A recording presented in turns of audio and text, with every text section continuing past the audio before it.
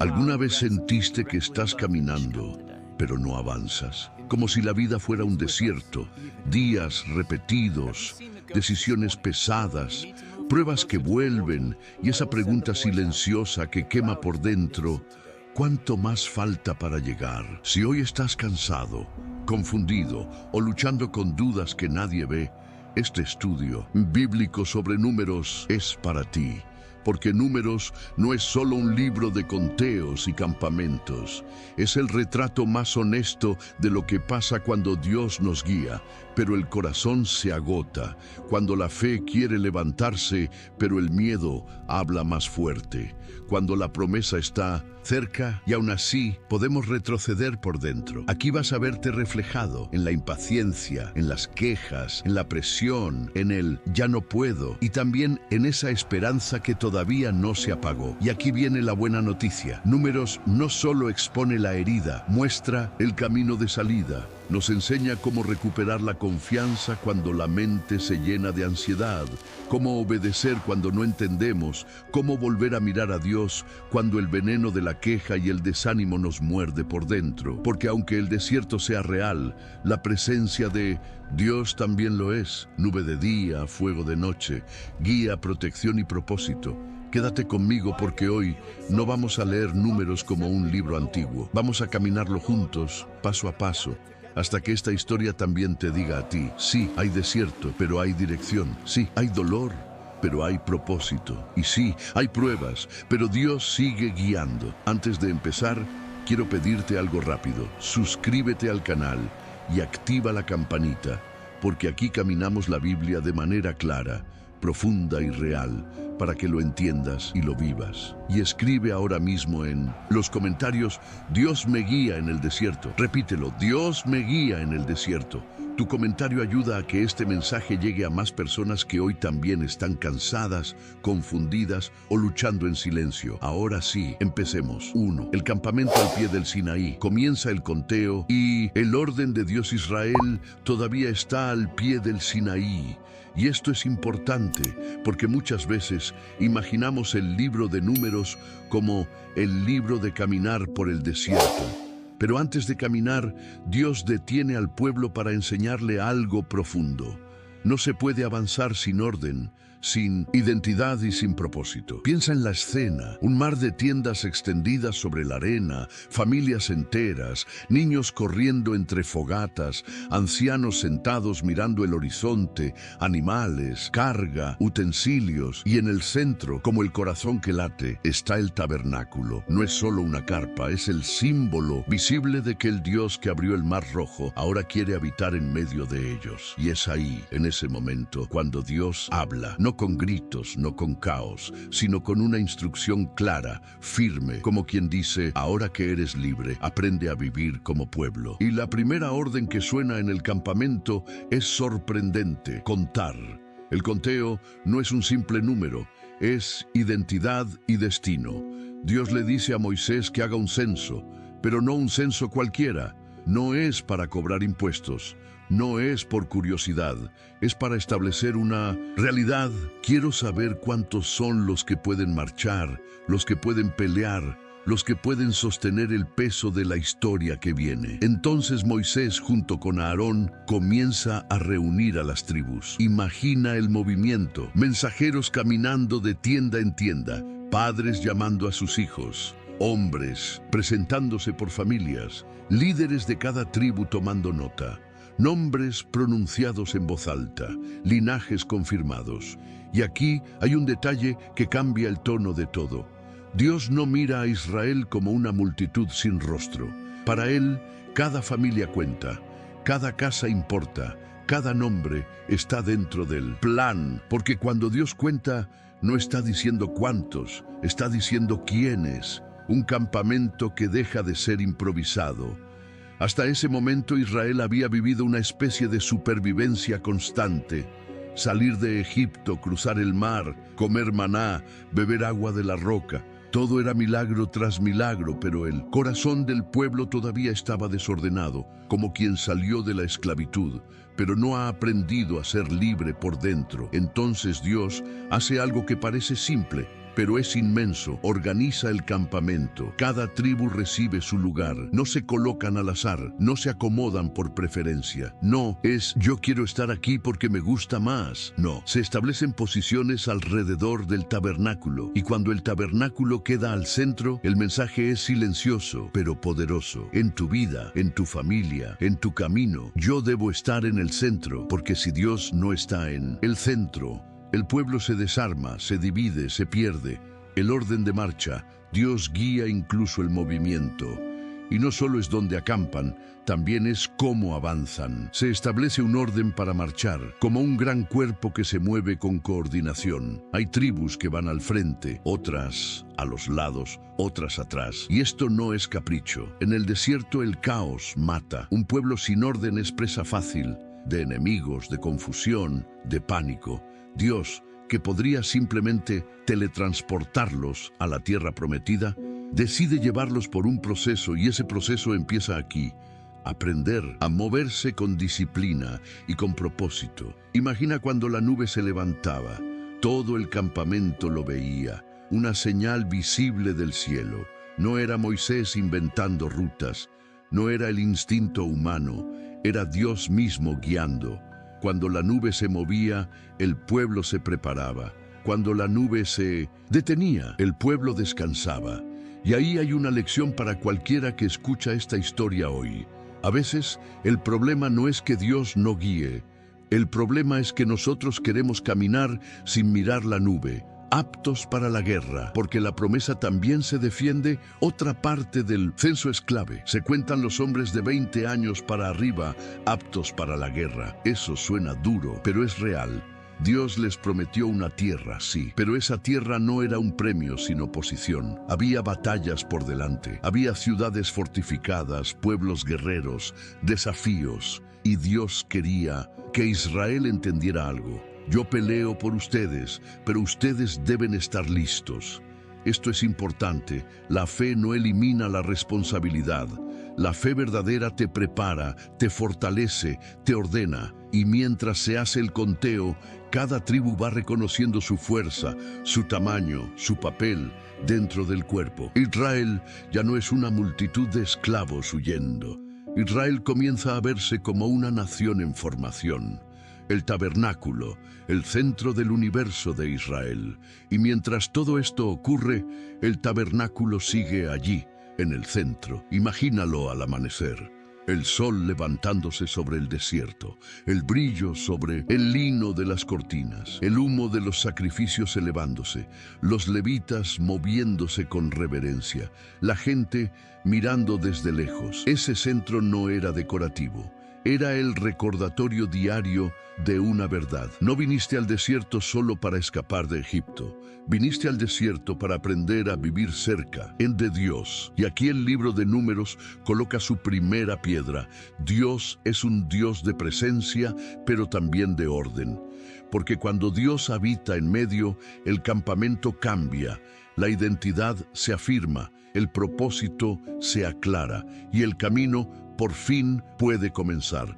Y entonces, con el pueblo contado, ordenado, posicionado, con el tabernáculo en el centro y la nube como señal, se siente en el aire lo que viene. El desierto no solo será un lugar de paso, será un lugar de prueba, de formación y de decisiones que marcarán generaciones. Y todo empieza aquí, con Dios diciendo, antes de avanzar, aprende a ser mi pueblo. 2. Los levitas y el corazón del campamento, proteger lo santo. El campamento ya está ordenado, las tribus tienen su lugar, los hombres aptos para la guerra han sido contados. El tabernáculo sigue en el centro como un corazón sagrado, latiendo en medio del desierto. Y entonces, cuando uno pensaría que ya está todo listo para marchar, Dios hace algo más, porque para Él no basta con tener un pueblo numeroso y organizado por tribus. Dios quiere que Israel entienda una verdad que no se aprende con discursos, sino con estructura y reverencia. Lo santo no se trata como algo común. Y ahí entra el segundo gran movimiento del libro de Números, los levitas y el corazón del campamento. Israel era grande, mucha gente, muchas tiendas, mucha actividad. Pero Dios no iba a permitir que su presencia quedara expuesta al desorden humano. El tabernáculo no era un objeto religioso, era el lugar donde el Dios vivo se manifestaba, era el centro espiritual del pueblo, y por eso Dios separa a un grupo específico con una misión clara: proteger lo santo. Los levitas, apartados para servir, no para brillar. Dios le dice a Moisés algo muy directo: los levitas no serán contados como los demás para la guerra, no porque sean menos, sino porque su batalla es otra. Mientras unos pelearán con espada, los levitas pelearán con obediencia. Mientras unos defenderán fronteras, los levitas defenderán el límite sagrado. Ellos estarán dedicados al servicio del tabernáculo. Y aquí es donde la historia se vuelve muy visual, porque Dios no solo les da un título, Dios les asigna tareas específicas, detalladas, casi como un manual de precisión. Y eso nos enseña algo. Dios es un Dios de detalles,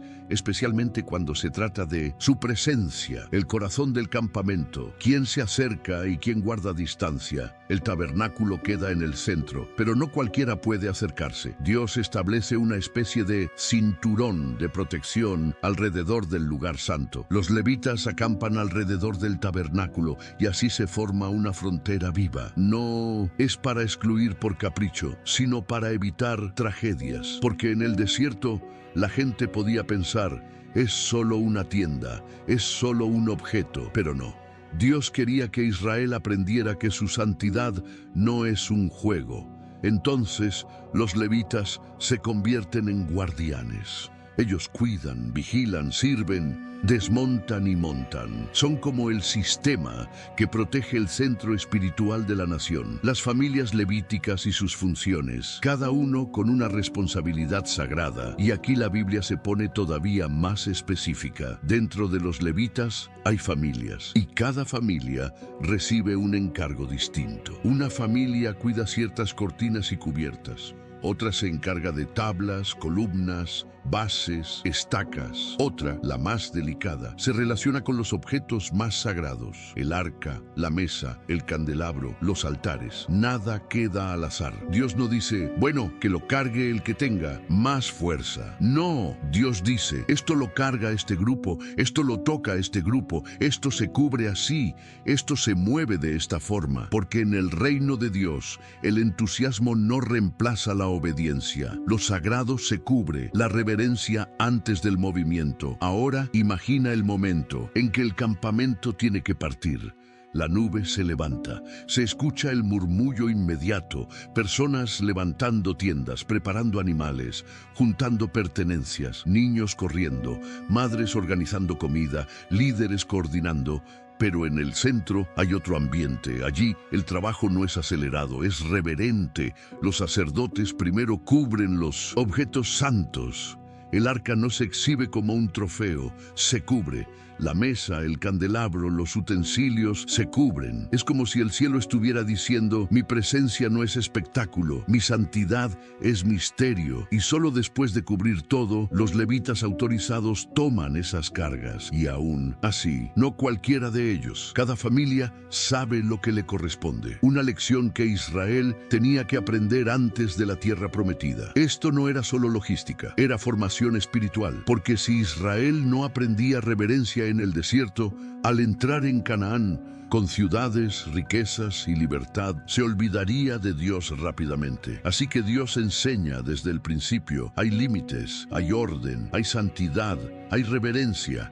Y también enseña algo muy humano. Dios quiere cercanía, pero no familiaridad irreverente. Él quiere estar en medio, sí, pero no como un adorno. Quiere ser honrado como Dios. El peso de lo santo, una carga que no se lleva de cualquier manera. Y aquí puedes imaginar a los levitas caminando. No son soldados con lanzas, son servidores con cargas sagradas. Cada paso es cuidado, porque el centro de la nación no es el ejército, es el tabernáculo. Eso cambia toda la visión. Israel no es un pueblo que tiene a Dios como apoyo. Israel es un pueblo cuya identidad existe porque Dios está en medio. Y así, el libro de Números sigue colocando la base de todo lo que vendrá. Un pueblo puede tener número, pero sin santidad y reverencia, se pierde. Y ahora con los levitas establecidos, el campamento puede moverse con algo más que fuerza humana. Puede moverse con orden espiritual. Y cuando la nube vuelva a levantarse y las trompetas suenen y las tribus se preparen, Israel no estará cargando solo equipaje. Estará cargando algo mucho más profundo, la presencia del Dios vivo entre ellos. El campamento ya está en orden. Las tribus están ubicadas. Los levitas rodean el tabernáculo como un muro vivo de reverencia. Todo parece listo para caminar, pero antes de que Israel dé esos pasos hacia lo desconocido, Dios hace algo que a simple vista puede parecer pequeño, y sin embargo es una de las partes más reales del libro de Números, porque Dios no solo organiza a Israel por fuera, Dios quiere limpiar a Israel por dentro. Y entonces llegamos al tópico 3, pureza en la vida. Real, un campamento que aprende a vivir en santidad. Un campamento lleno de gente y lleno de corazón humano. Imagina la escena. Miles de personas viviendo juntas en el desierto. No es una ciudad con paredes y calles. Es un campamento inmenso con tiendas, animales, comida, polvo, cansancio y emociones. Y en un lugar así, lo que hay dentro del corazón se nota rápido. La impaciencia se nota.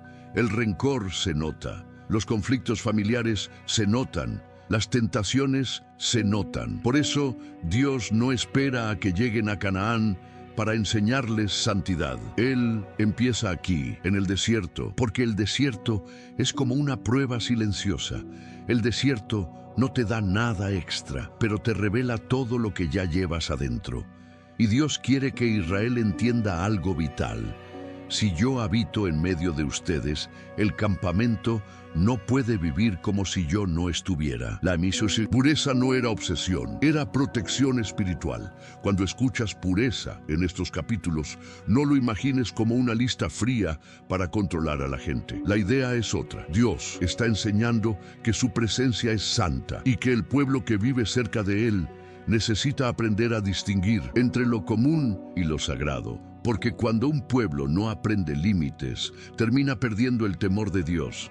Y entonces Dios establece instrucciones claras sobre qué hacer con la impureza, cómo tratar el pecado contra el prójimo, cómo reparar daños, cómo manejar situaciones de sospecha y tensión, cómo consagrarse voluntariamente para Dios. En otras palabras, cómo vivir en comunidad sin destruirse y sin olvidar a Dios. Cuando la impureza toca la vida diaria, hay una parte fuerte. Dios manda que ciertas impurezas se manejen con cuidado para que el campamento no se contamine espiritualmente. Y aquí hay un detalle importante.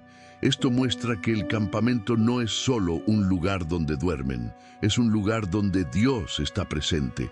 Así que lo que pasa en la vida cotidiana afecta la atmósfera espiritual del pueblo. Y piénsalo, si Dios está en el centro, la forma en que tú vives alrededor de ese centro importa. Dios está formando un pueblo que no solo sabe caminar en filas, sino que sabe caminar con un corazón limpio. Restitución. La fe verdadera repara lo que rompió. Luego aparece una enseñanza que toca el bolsillo y el orgullo. Cuando alguien le falla a otra persona, no basta con decir perdón y seguir como si nada. Dios manda que haya restitución. Es decir, si dañaste, si robaste, si mentiste, si tomaste lo que no era tuyo, tienes que devolverlo. Y no solo devolverlo con una compensación. Esto es poderoso porque Dios está enseñando que la santidad no es solo orar o cantar. La santidad se ve cuando haces lo correcto aunque te cueste. Porque a veces lo más difícil no es pedir perdón, es reparar de verdad. Y así Israel empieza a entender, Dios no quiere un pueblo que maquille su pecado. Dios quiere un pueblo que lo confronte y lo repare. Los celos y la tensión. Dios también entra en los conflictos del hogar. Luego viene uno de los temas más delicados, los celos dentro del matrimonio. En un campamento tan grande, con vidas apretadas, cansancio y tensión, era inevitable que surgieran sospechas, inseguridades, conflictos.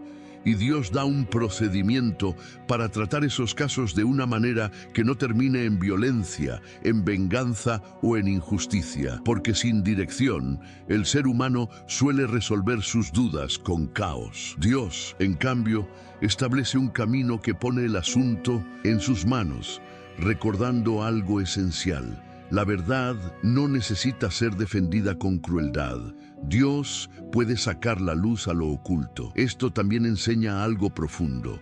Dios no solo se interesa por lo religioso del tabernáculo. Dios se interesa por lo que ocurre en las tiendas, en el hogar, en las relaciones. El nazareo, cuando alguien dice, quiero más de Dios, y entonces, en medio de reglas y situaciones difíciles, aparece un rayo de luz, la consagración voluntaria. El nazareo era una persona que decidía apartarse por un tiempo para Dios. No era obligación, era una elección. Era si alguien dijera, en medio de tanta gente, tanto ruido, tanta rutina, yo quiero recordar que Dios es lo primero. Ese voto incluía señales visibles. Abstenerse de vino, no tocar muertos, dejar crecer el cabello, eran marcas externas para recordar una realidad interna.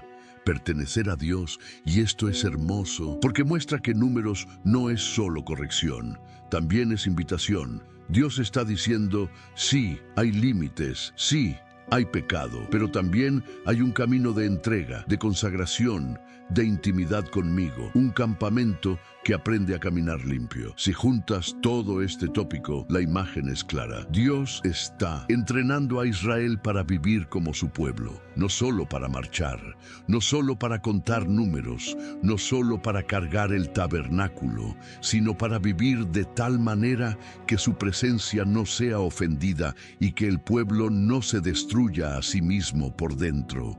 Porque un pueblo puede perderse aunque tenga dirección geográfica, si no tiene dirección moral. Y el desierto es precisamente ese lugar donde todo se prueba. Allí no hay palacios, no hay distracciones grandes, no hay lujo que tape el corazón. Solo hay arena, sol, noches frías y la verdad. Y Dios está moldeando esa verdad.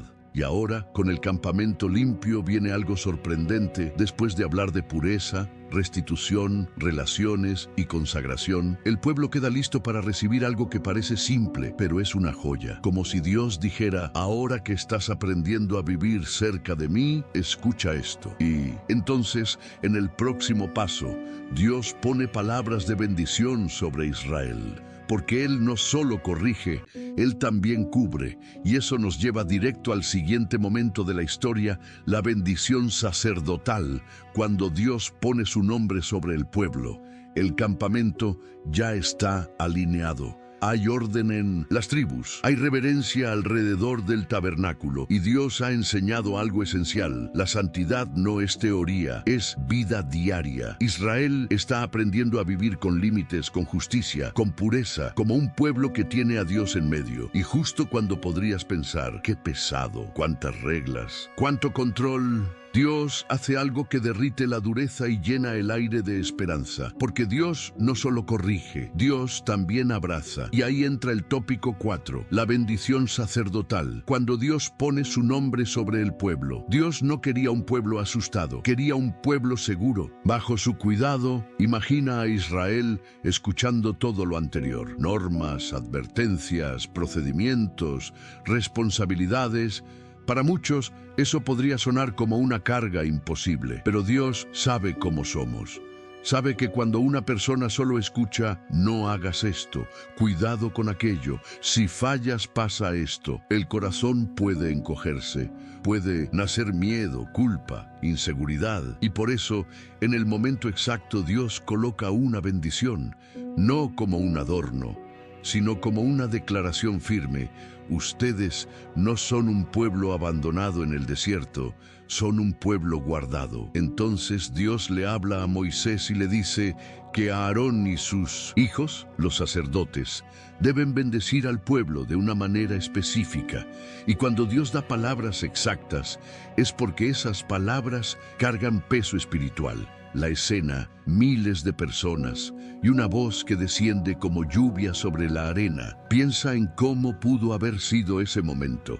Las familias reunidas, los niños cerca de sus padres, los ancianos al frente, el polvo levantándose con el movimiento, el sol golpeando fuerte, típico del desierto, y de repente el sonido se calma, como si el campamento entero contuviera el aliento. Aarón se levanta, no como un show, no como un espectáculo, sino como un hombre que entiende que va a pronunciar palabras que vienen del cielo. Y entonces, con voz clara, el sacerdote declara: el Señor te bendiga y te guarde. Y en ese instante la gente entiende.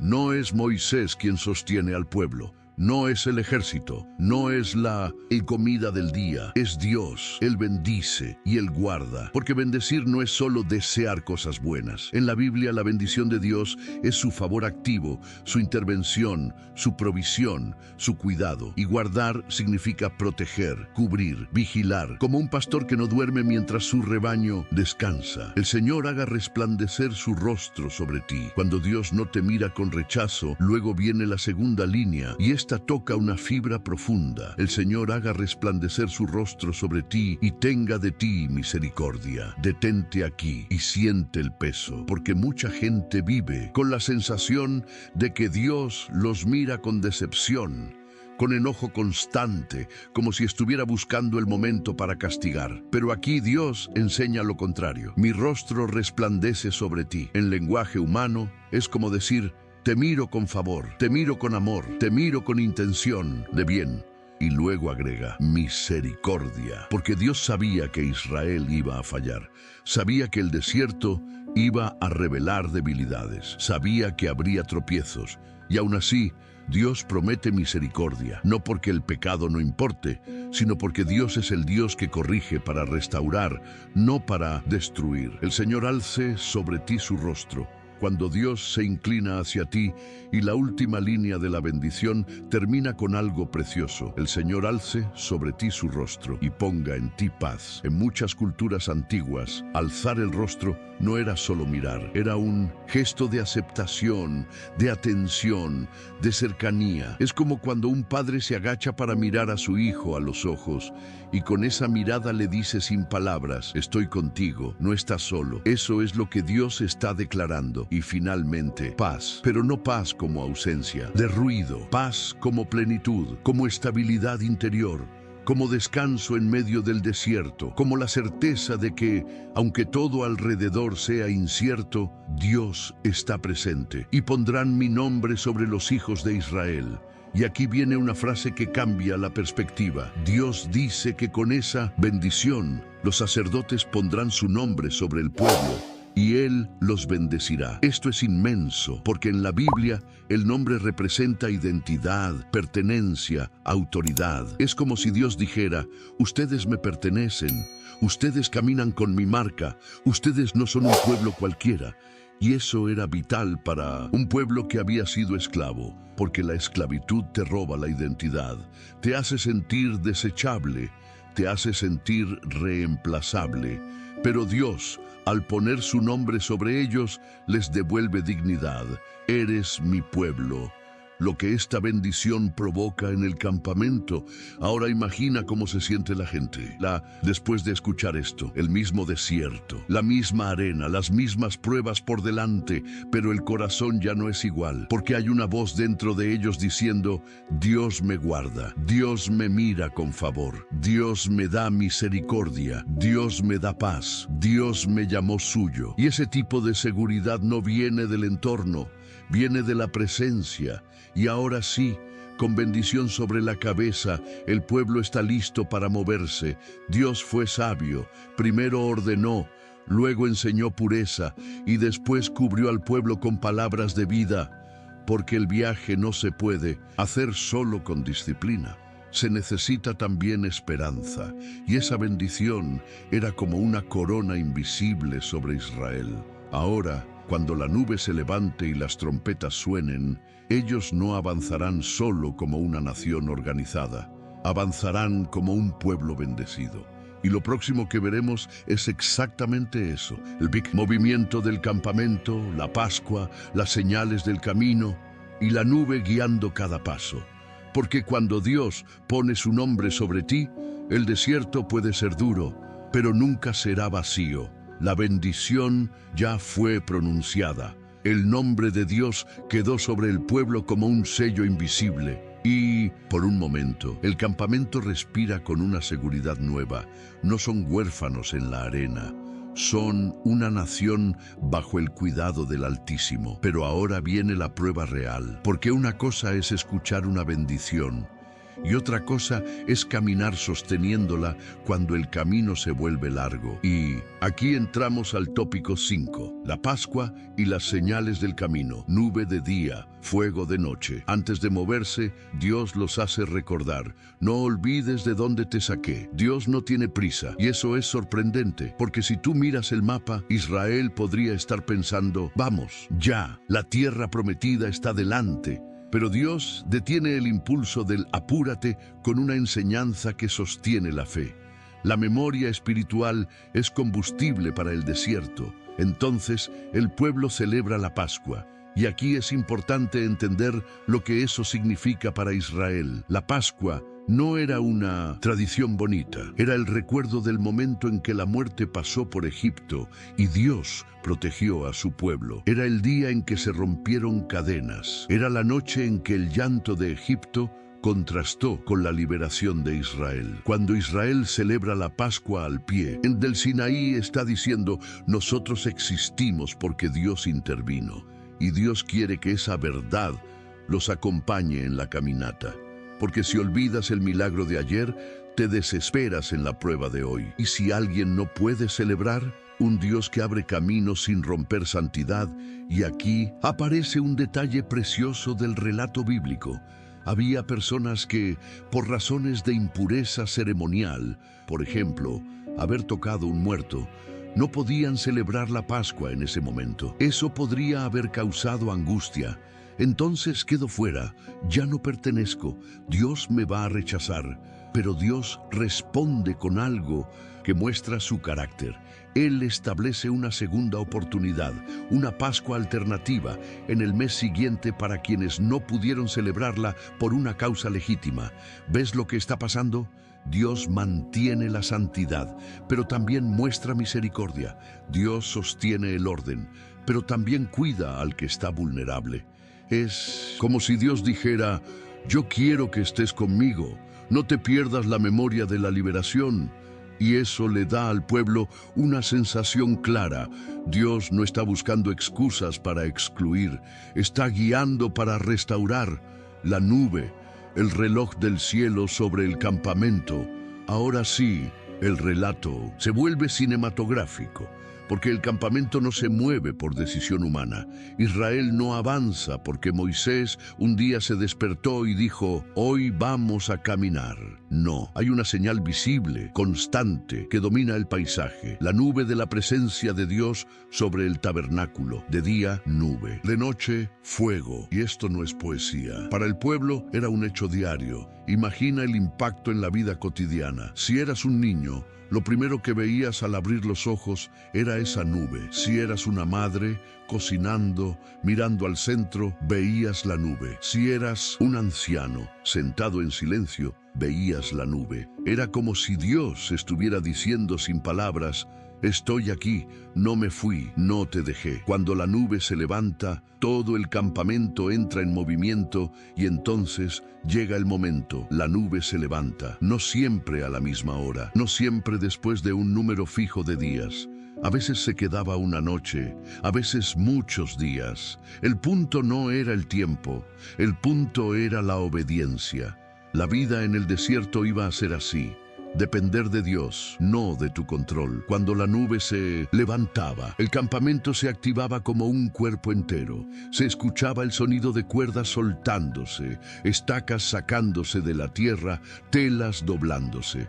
Los animales se movían inquietos, los líderes daban instrucciones, las familias recogían su vida en paquetes. Pero en medio de esa prisa había un orden santo. Los sacerdotes y levitas cuidaban el tabernáculo. Las tribus marchaban según el orden establecido. Las trompetas sonaban para coordinar al pueblo. No era caos, era un pueblo aprendiendo a caminar como nación. Trompetas, señales y dirección. Dios enseña coordinación en medio de la arena. La Biblia explica que se usaban trompetas de plata para llamar a la congregación y para señalar el momento de moverse. Esto suena simple, pero piensa en la escala. Miles y miles de personas. Si cada uno hiciera lo que quiere, sería una confusión total. Pero Dios transforma una multitud en un pueblo guiado. Las trompetas no eran solo instrumento musical, eran la voz de coordinación. Es como si Dios les enseñara: en el desierto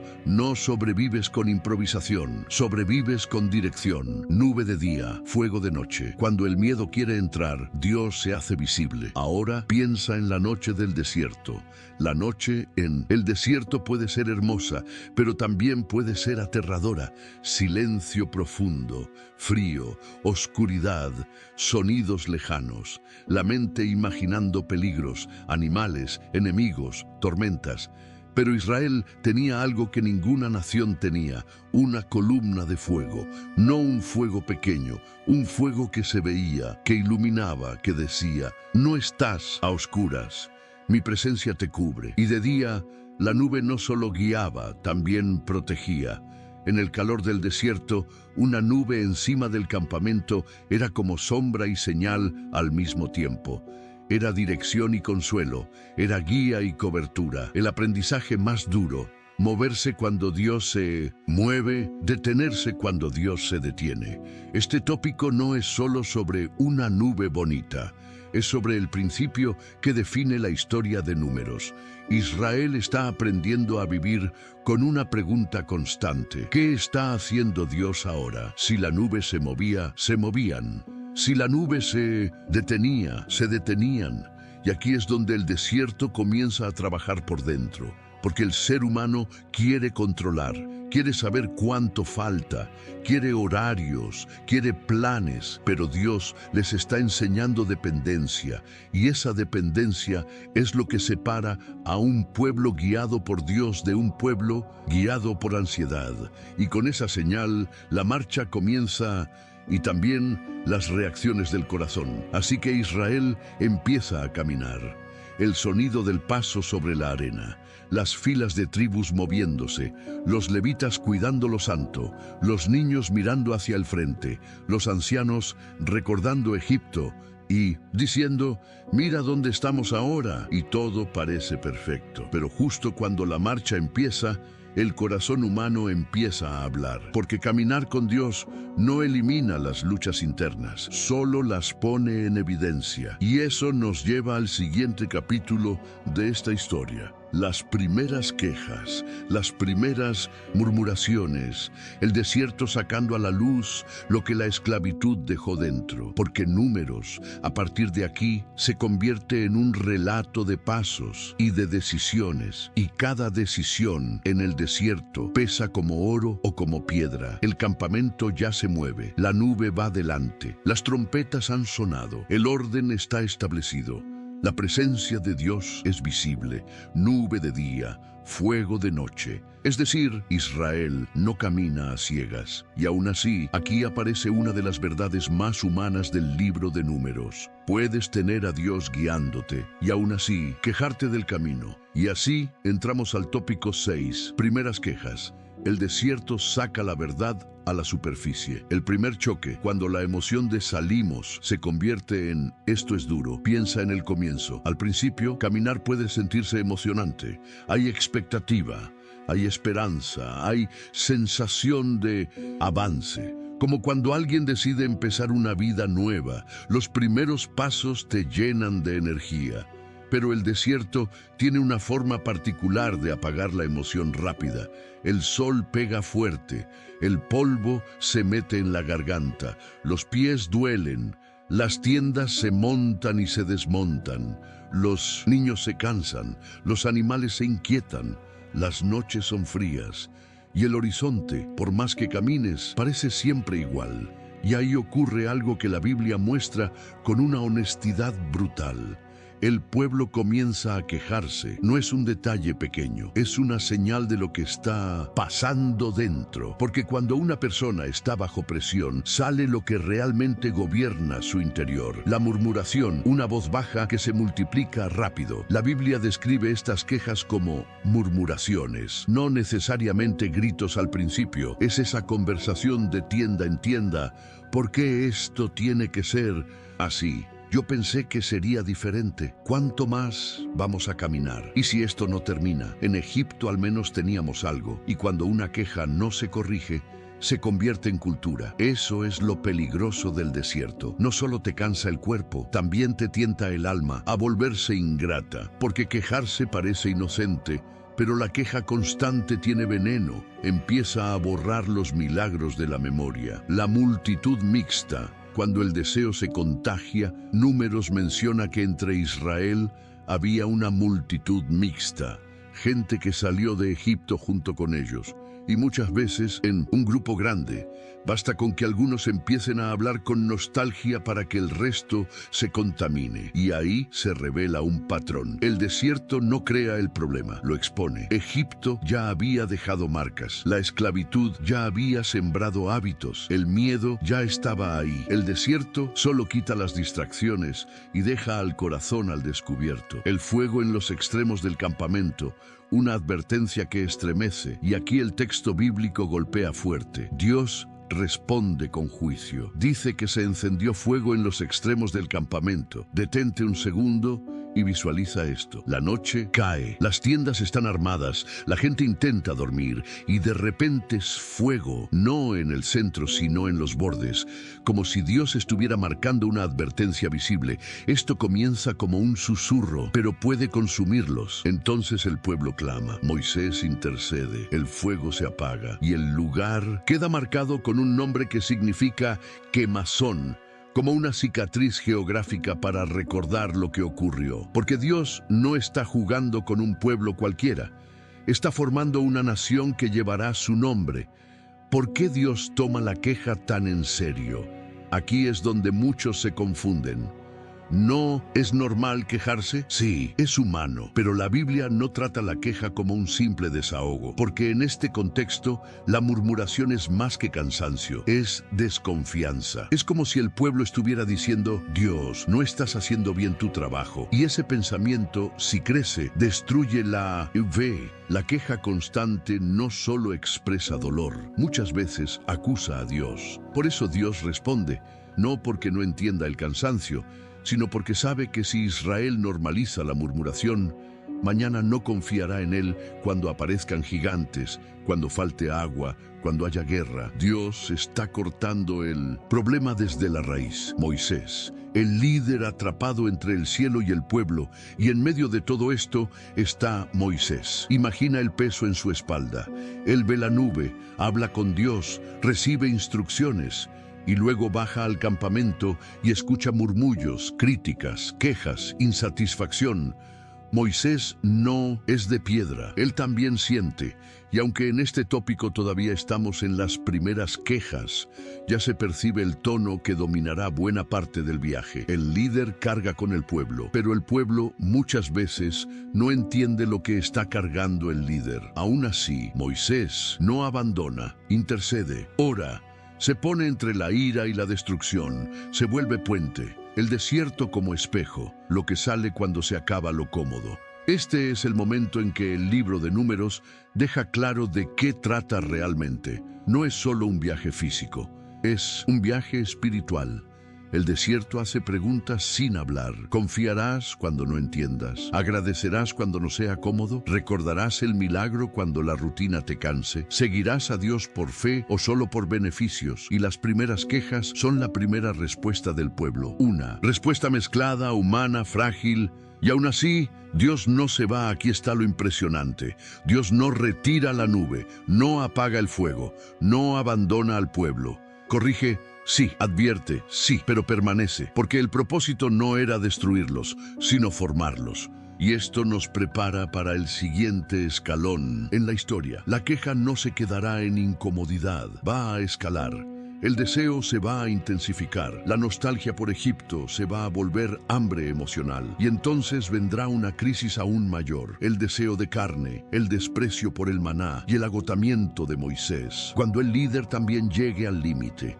Porque después de las primeras quejas, el desierto no se calma. El desierto empieza a apretar. La marcha ya empezó y con ella empezó también la batalla interna del pueblo. Las primeras quejas fueron como pequeñas chispas, pero ahora el fuego del descontento se vuelve más grande, más ruidoso, más contagioso.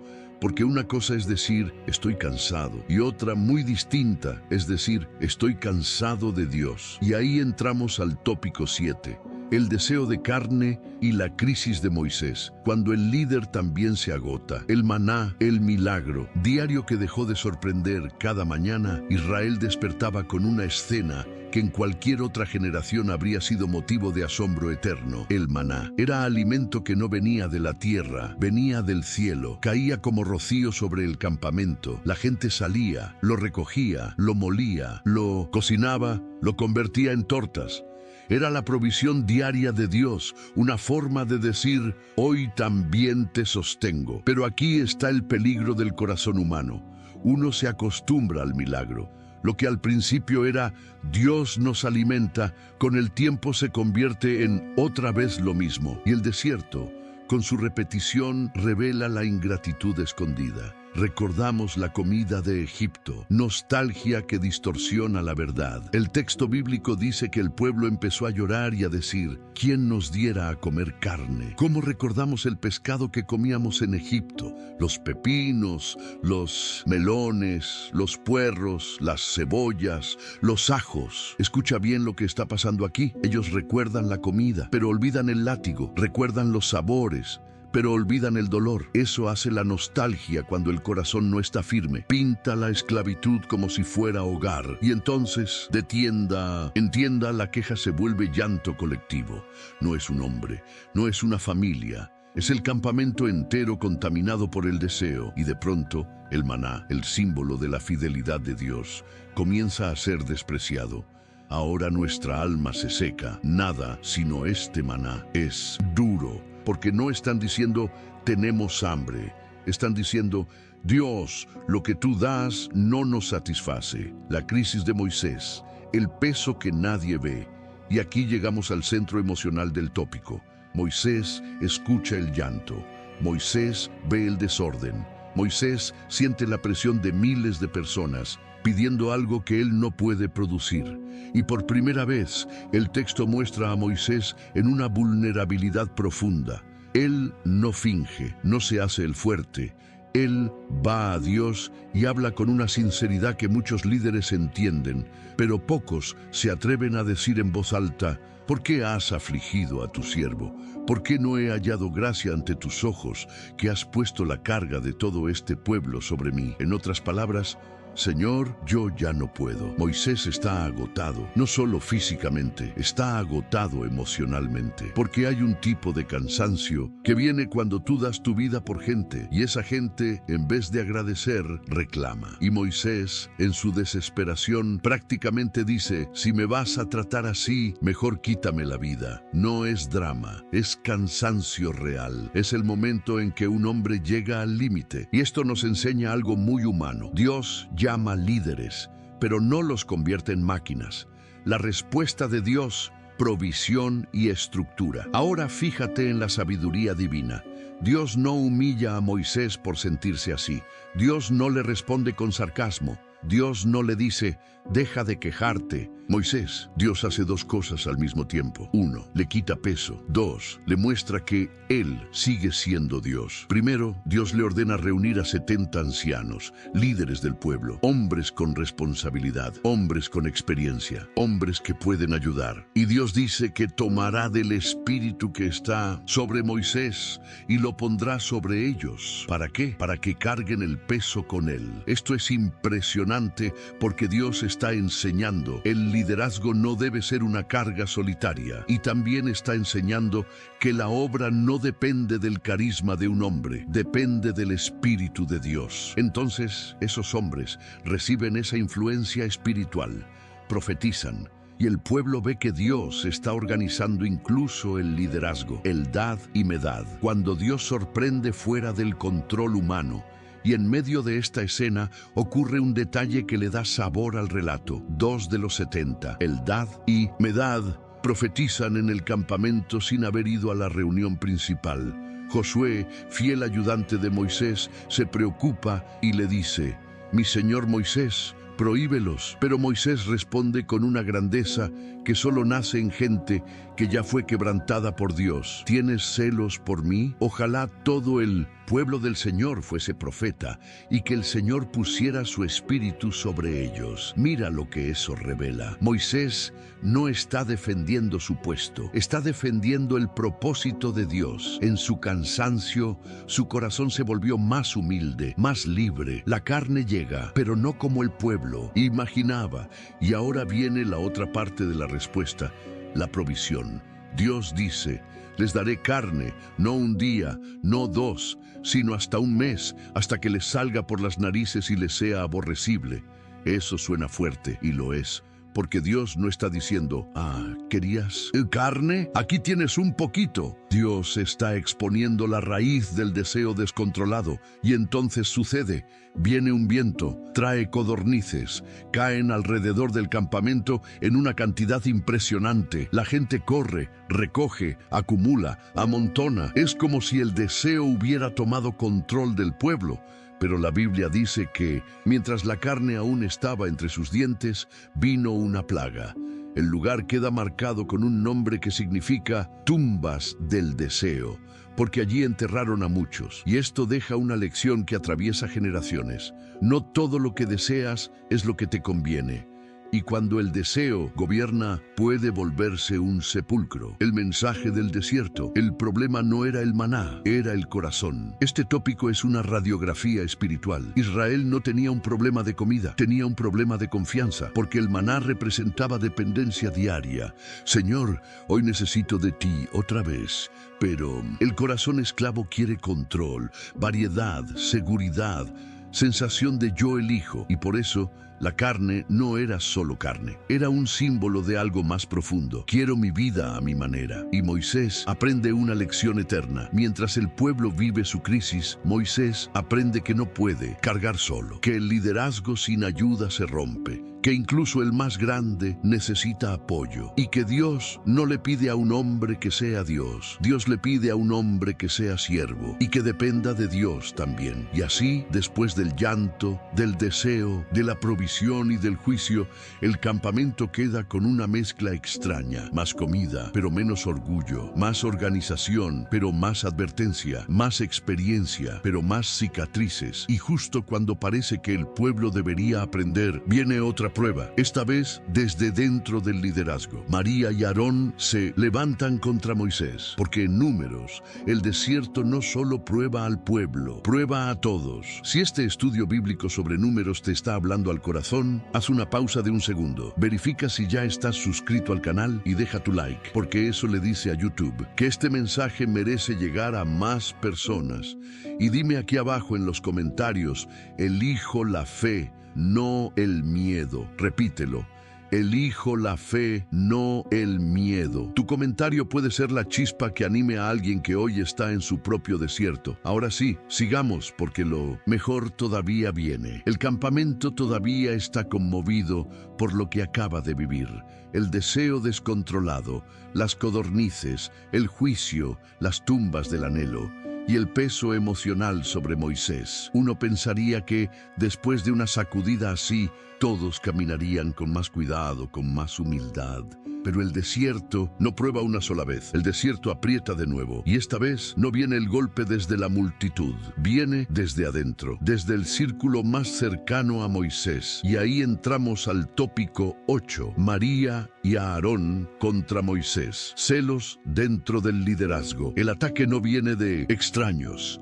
Viene de familia. Moisés no solo era el líder, era hermano. María era su hermana mayor, la que, cuando él era bebé, lo vigiló desde lejos en el río Nilo. la que corrió a hablar con la hija de Faraón para que una mujer hebrea lo criara. María no, era una cualquiera. Ella había visto milagros, había cantado al otro lado del Mar Rojo, era reconocida como profetisa. Aarón también era hermano, su compañero en Egipto, el que habló ante Faraón cuando Moisés decía, no sé hablar, el primer sumo sacerdote. Estamos hablando de personas importantes, cercanas, con historia. Y precisamente por eso, este episodio duele más, porque hay conflictos que te golpean en el cuerpo, pero hay conflictos que te golpean en el corazón, y que tu propia casa cuestione tu llamado. Es una prueba que no muchos entienden hasta que la viven, la excusa visible y la raíz invisible. La Biblia cuenta que María y Aarón hablaron contra Moisés por causa de la mujer cusita que él había tomado. Ese fue el tema externo, el motivo que se dijo, pero el texto revela la raíz verdadera cuando ellos sueltan la frase que cambia el aire. Solo por Moisés ha hablado el Señor, ¿no ha hablado también por nosotros? Ahí está, no era solo una discusión familiar, era una lucha por reconocimiento. Era el veneno de los celos entrando en el liderazgo, como si dijeran, ¿por qué él y no nosotros? ¿Por qué la voz de Dios siempre pasa por Moisés? ¿Acaso no tenemos dones? ¿Acaso no somos importantes? Y esa pregunta, cuando nace del orgullo, siempre termina mal, porque una cosa es querer servir y otra es querer un lugar. Una cosa es tener un llamado y otra es competir con el llamado del otro. Moisés, un hombre fuerte y a la vez manso. Aquí viene un detalle precioso. La Biblia describe a Moisés como muy manso, más que todos los hombres sobre la tierra. Eso no significa débil, significa que Moisés no vivía defendiendo su ego. Él tenía autoridad, sí, pero no era un hombre que se inflamaba por orgullo.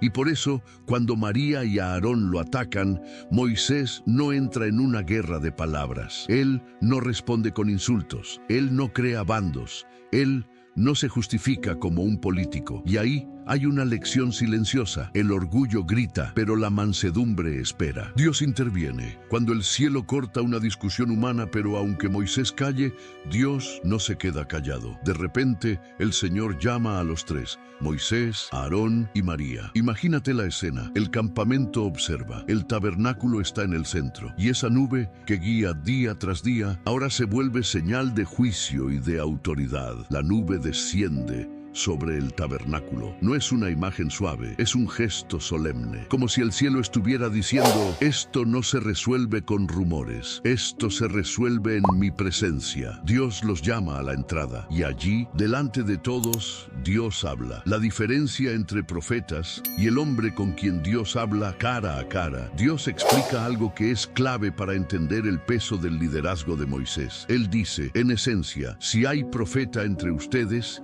yo me revelo a él en visión o en sueño, pero no así con mi siervo Moisés. Con él hablo cara a cara claramente. En otras palabras, sí, yo hablo por ustedes, pero Moisés tiene un encargo único. Y entonces Dios hace una pregunta que cae como martillo. ¿Por qué pues no tuvisteis temor de hablar contra mi siervo Moisés? Ahí Dios expone el verdadero problema. No era una opinión, era falta de temor. Cuando tocas lo que Dios estableció con orgullo, terminas tocando algo sagrado, el juicio. María queda leprosa y entonces sucede algo que deja al campamento paralizado. María queda leprosa, blanca como la nieve. En ese instante el ambiente cambia por completo. Ya no hay orgullo, ya no hay reclamo. La realidad golpea. Dios no estaba jugando. Aarón mira a su hermana y se aterra.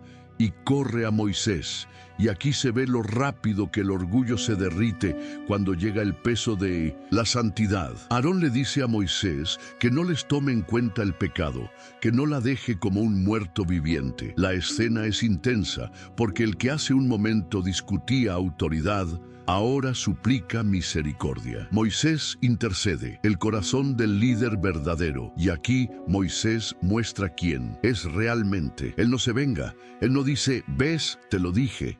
Él no saborea la humillación de su hermana. Moisés clama a Dios con una oración corta, directa, desgarradora. Oh Dios, sánala ahora, te ruego. Eso es liderazgo espiritual.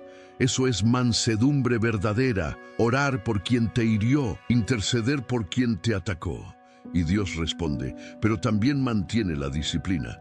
Dios ordena que María sea apartada fuera del campamento 7 días como señal de corrección. Después podrá volver. El campamento se detiene. Nadie avanza si la familia no se restaura. Y aquí hay un detalle que muchas personas pasan por alto.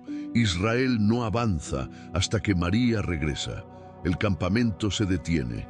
La nube no mueve el pueblo hacia adelante en ese momento.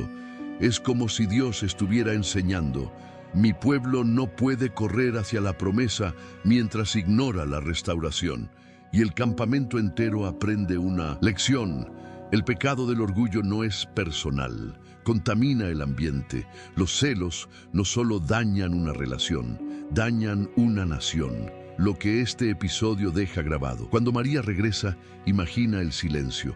La gente observando, la hermana del líder, la profetisa, vuelve después de disciplina, no para ser destruida, sino para ser restaurada. Y el pueblo entiende algo. Dios honra la autoridad que Él mismo estableció. Dios no permite que el orgullo se disfrace de crítica espiritual. Dios disciplina, pero no abandona. El liderazgo verdadero se reconoce por mansedumbre e intercesión. Y ahora, con esa prueba interna superada, el camino sigue. Pero el desierto todavía no terminó de mostrar lo que hay dentro del corazón humano, porque viene el momento más decisivo hasta aquí, la llegada a la frontera de Canaán y el envío de los 12 espías. Y lo que suceda allí marcará generaciones. El campamento vuelve a moverse. La nube sigue guiando. Después de la disciplina a María y la restauración, parecería que el pueblo aprendió. No juguemos con la santidad, no juguemos con el orgullo, no juguemos con la queja. Y ahora sí, llega el momento que todos esperaban, el momento por el que salieron de Egipto, el momento por el que atravesaron el mar, el momento por el que aguantaron el sol del desierto y el frío de la noche. Israel se aproxima a la frontera de la tierra prometida. Y aquí entramos al tópico 9, uno de los puntos más decisivos de todo el libro. Los 12 espías y el momento que cambió la historia, miedo o fe, la frontera de la promesa, tan cerca y a la vez tan difícil. Imagina ese día, no es un día cualquiera, se siente en el aire, la gente mira el horizonte con otro brillo en los ojos. Ya no es solo arena, ya no es solo vacío. Hay colinas, hay valles, hay señales de vida. Los padres señalan a lo lejos y dicen a sus hijos, ahí es. Los ancianos, que salieron con heridas de Egipto, sienten que el sueño por fin está al alcance de la mano. Y Moisés recibe una instrucción que parece lógica, enviar hombres a reconocer la tierra.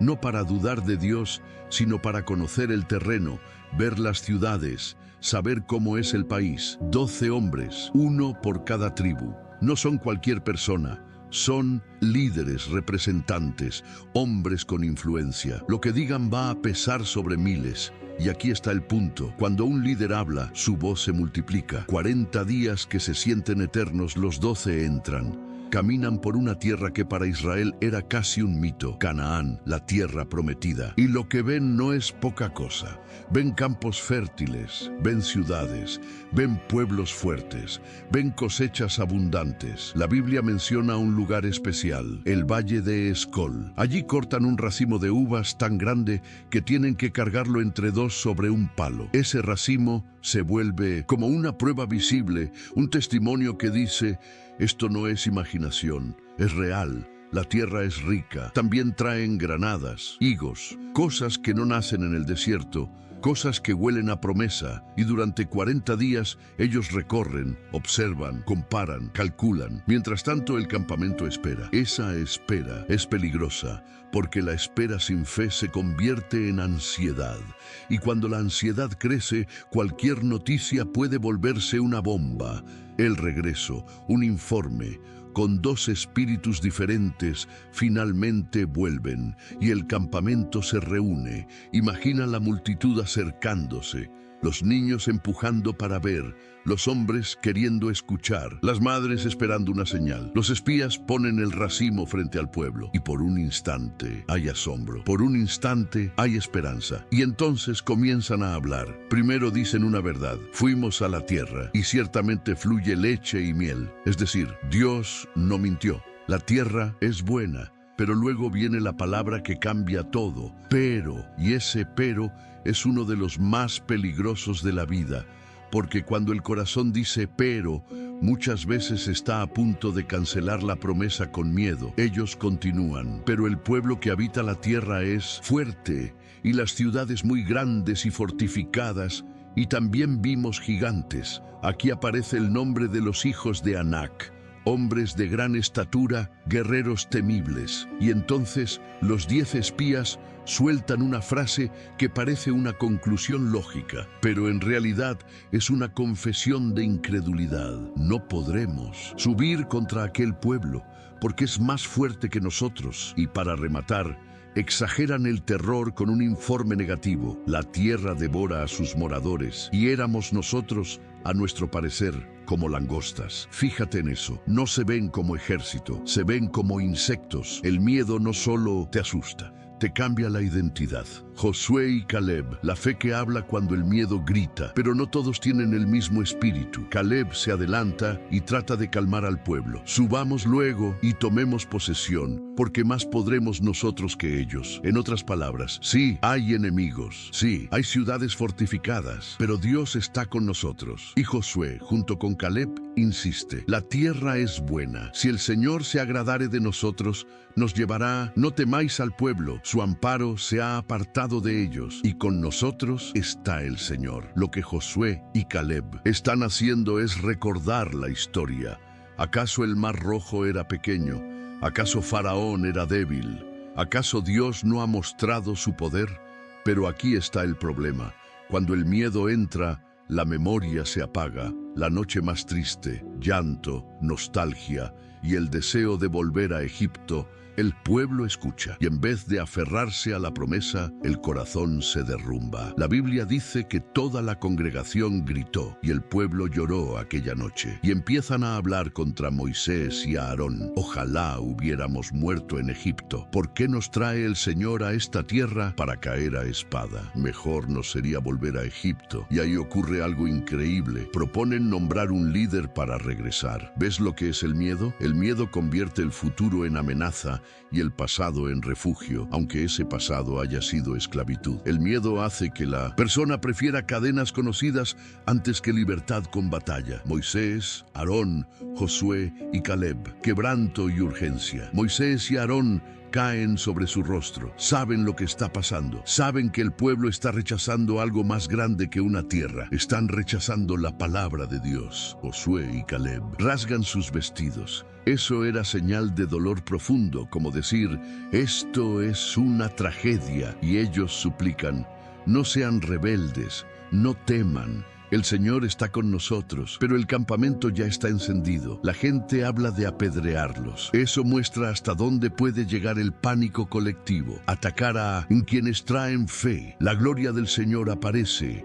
Dios entra en la crisis. Y entonces, en el momento en que la multitud está a punto de cometer un desastre, la gloria del Señor aparece en el tabernáculo. Cuando la gloria aparece, es como si el cielo dijera: basta, esto llegó demasiado lejos. Porque esta no es solo una crisis emocional, es una decisión espiritual. Es el pueblo diciendo en la práctica: Dios, no confiamos en ti. Y aquí se define todo: miedo o fe. Porque la promesa estaba allí, el racimo estaba allí, la evidencia estaba allí. Pero el corazón no estaba listo. La tragedia de este tópico: tan cerca, y aún así no entraron. Este episodio marca un antes y un después.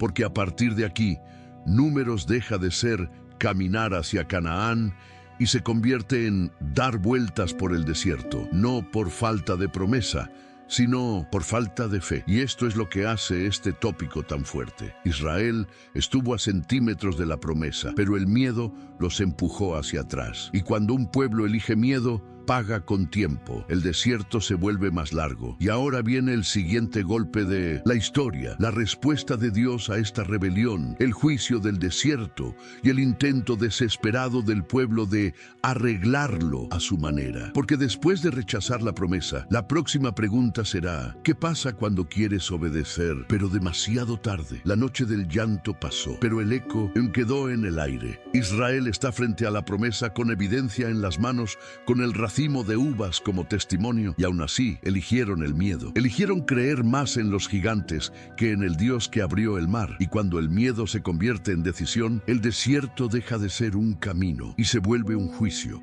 Aquí entramos al tópico 10, el juicio del desierto. 40 años por una decisión. La presencia de Dios se manifiesta. Cuando el cielo responde al rechazo, la Biblia dice que la gloria del Señor apareció en el tabernáculo, delante de todos. Eso significa que no era un asunto pequeño, ni una simple crisis emocional del pueblo.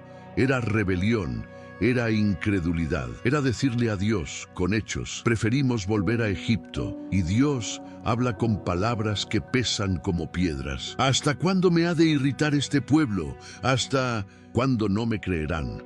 Con todas las señales que he hecho en medio de ellos. Dios recuerda algo que Israel estaba ignorando. No solo habían escuchado promesas, habían visto señales. Vieron el Nilo convertirse en sangre, vieron plagas sobre Egipto, vieron el mar abrirse, vieron el maná caer, vieron la nube guiarlos, vieron agua salir de la roca, pero aún así dijeron, no podemos. Cuando una persona ve milagros y aún así no cree, el problema ya no es falta de evidencia. El problema es dureza del corazón. Moisés intercede, el hombre que se impone entre Dios y el pueblo.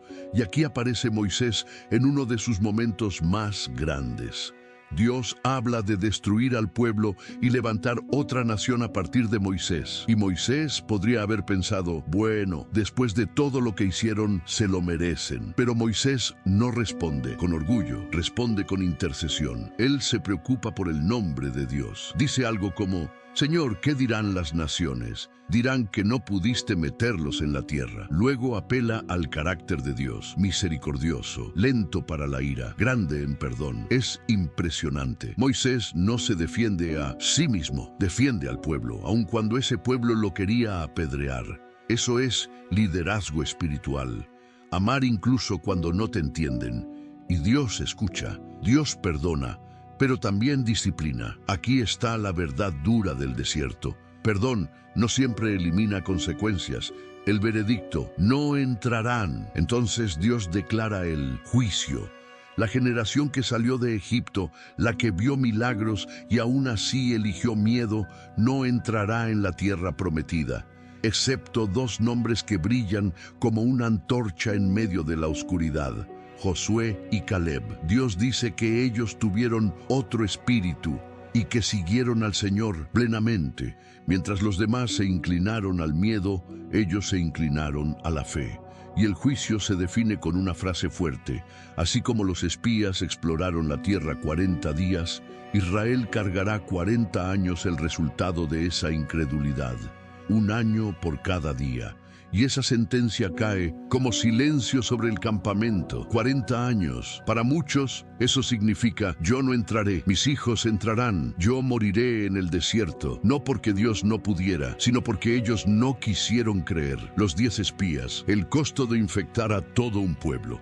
La Biblia también cuenta que los 10 espías que trajeron el mal informe murieron bajo juicio. Eso deja una lección seria. Las palabras no son inocentes.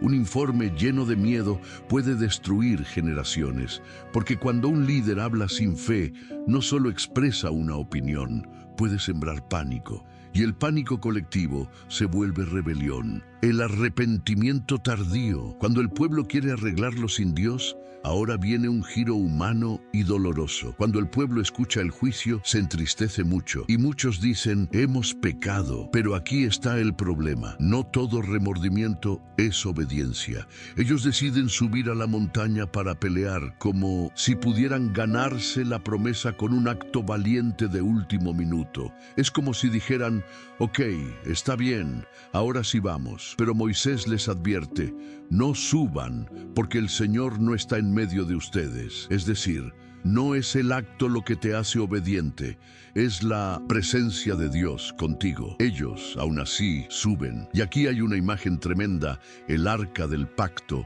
símbolo de la presencia, y Moisés se quedan en el campamento. Eso significa que el pueblo fue a pelear sin la guía de Dios. Fue valentía, pero no fe. Fue movimiento, pero no obediencia. Fue impulso, pero no dirección. La derrota, cuando el coraje sin Dios se vuelve desastre.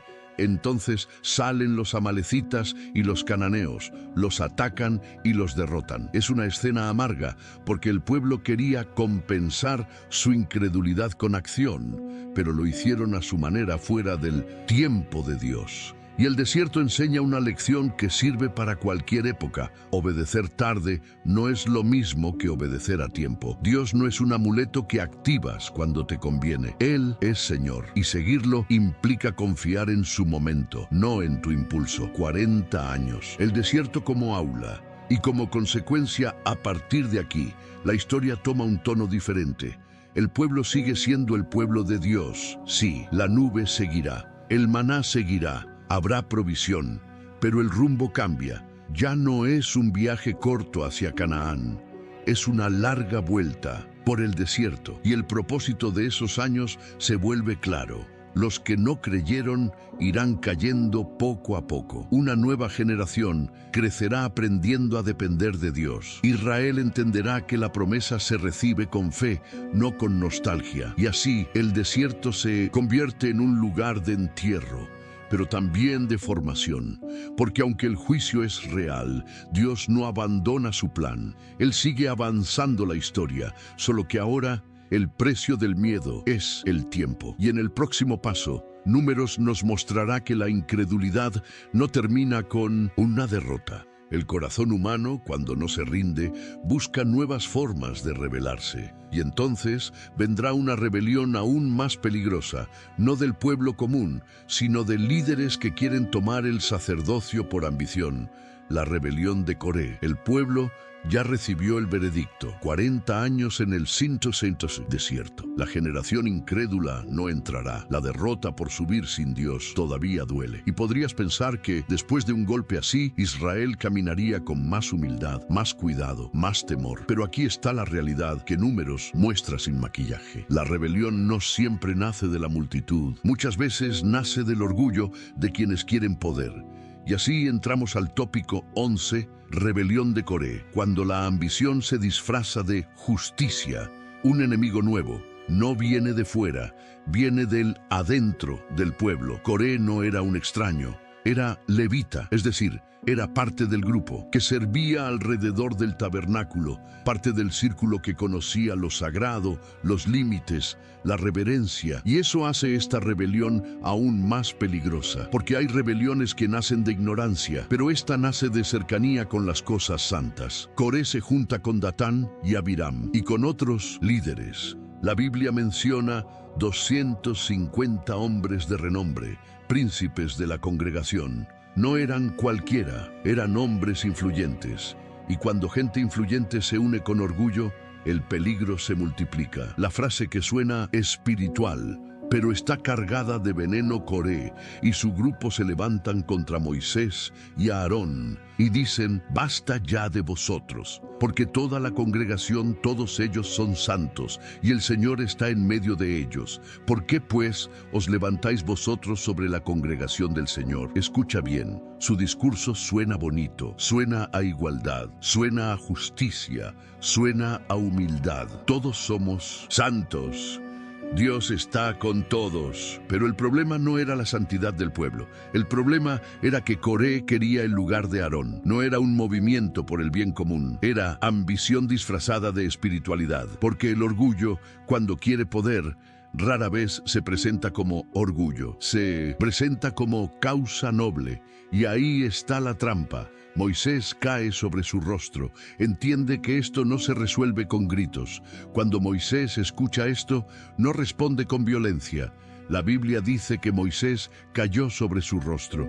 Ese gesto habla de varias cosas. dolor, temor de Dios, conciencia de que se está tocando algo sagrado. Moisés sabe que esto no es solo un ataque contra él, es un ataque contra el orden que Dios estableció. Entonces Moisés no arma un ejército. Moisés no grita. Moisés propone una prueba delante de Dios, como quien dice que sea Dios quien decida. La prueba del incienso, acercarse a Dios, no es un juego. Moisés les dice que cada uno tome un incensario, ponga fuego e incienso y se presente delante del Señor. Coré y sus 250 hombres lo hacen, Aarón también. Y aquí hay una tensión enorme. El incienso estaba ligado al sacerdocio. No era un símbolo cualquiera, era una acción reservada para un llamado específico. Pero Coré se atreve, porque el corazón orgulloso no solo quiere servir, quiere tomar lo que no le fue dado. Y mientras todos se reúnen, Coré logra algo todavía más peligroso. Hace que el pueblo se junte contra Moisés y Aarón. Es decir,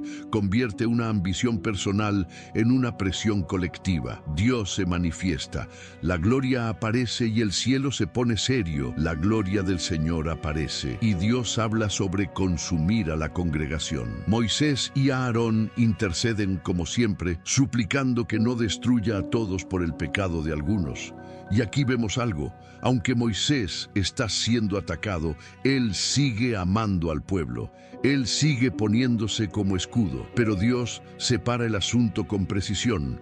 Manda al pueblo apartarse de las tiendas de Coré, Datán y Abiram. Es como si el cielo dijera: aléjense del contagio o caerán con él. Datán y Abiram. La rebelión se vuelve insolencia total. Datán y Abiram no solo cuestionan el liderazgo, ellos insultan la historia. Dicen algo como: ¿nos sacaste de una tierra que fluye leche y miel para matarnos en el desierto? ¿Te das cuenta? Llaman a Egipto tierra de leche y miel. Eso es una distorsión brutal. Eso es nostalgia convertida en mentira. Y encima acusan a Moisés de querer enseñorearse sobre ellos. La rebeldía, cuando crece, siempre reescribe la historia para justificarse. El juicio cae, la tierra se abre y entonces ocurre una de las escenas más impactantes de toda la Biblia. Moisés declara una señal. Si estas personas mueren de forma común, entonces no pasó nada especial. Pero si Dios hace algo nuevo, algo extraordinario, entonces el pueblo sabrá que ellos despreciaron al Señor. Y apenas termina de hablar, la tierra se abre. Imagínalo, el suelo, firme, de repente se parte. Las tiendas, las familias involucradas, sus pertenencias, todo desciende. La Biblia dice que bajaron vivos al Seol y la tierra los cubrió. El campamento grita, la gente corre, el miedo los sacude, porque no es una historia simbólica, es un juicio visible. Dios está diciendo: mi santidad no se toma por asalto. El fuego consume a los 250. El incienso no los protegió, y como si eso no fuera suficiente, fuego sale del Señor y consume a los 250 hombres que ofrecían incienso. Esta imagen es tremenda. Ellos sostienen incensarios, un símbolo religioso, pero el símbolo no los salva, porque lo que los destruyó no fue falta de rito, fue falta de reverencia. Esto enseña algo fuerte. No puedes usar lo sagrado para alimentar tu ego. El corazón humano insiste. Al día siguiente, el pueblo acusa a Moisés. Y aquí viene lo increíble. Después de ver la tierra abrirse, después de ver fuego caer, uno esperaría que el pueblo quedara temblando en arrepentimiento. Pero al día siguiente, la congregación murmura contra Moisés y Aarón diciendo: vosotros habéis dado muerte al pueblo del Señor. ¿Te das cuenta? El ser humano puede presenciar algo sobrenatural y aún así justificar su rebelión. Y entonces la plaga comienza. Otra vez, Moisés y Aarón interceden. Aarón toma incienso y corre en medio del pueblo. Separa entre los vivos y los muertos y la plaga se detiene. La Biblia dice que murieron miles y el campamento queda marcado con una lección dura. La rebelión no es un juego. El mensaje del tópico, el llamado, no se roba, se recibe. La rebelión de Coré deja claro algo esencial para el resto del libro. No todo reclamo espiritual es puro. No todo discurso de igualdad nace de humildad. El orgullo puede hablar con versículos y aún así ser orgullo. Dios no estaba defendiendo el ego de Moisés. Dios estaba defendiendo su orden, su santidad, su presencia, porque si cualquiera toma lo sagrado a su antojo, el pueblo se convierte en caos. Y Dios no forma caos. Dios forma santidad. Y después de este terremoto espiritual y literal, Dios hará algo más para terminar con las discusiones. Confirmará públicamente a Aarón de una manera que nadie podrá negar. Y ahí entramos al siguiente capítulo de esta historia. La vara de Aarón que florece. El campamento todavía está temblando por lo que pasó. La tierra se abrió. El fuego cayó. La plaga se detuvo cuando Aarón se puso entre los vivos y los muertos con incienso. Y aún así, el corazón del pueblo seguía inquieto, como si una pregunta se repitiera en voz baja por cada rincón del desierto. ¿Quién tiene realmente autoridad? ¿A quién escogió Dios? ¿Quién puede acercarse? Dios sabía que, si esa duda seguía viva, Israel se iba a destruir por dentro. Porque un pueblo sin claridad espiritual se llena de sospechas, bandos, comparaciones, y eso termina en más rebelión. Y por eso Dios hace algo que no deja lugar a interpretaciones.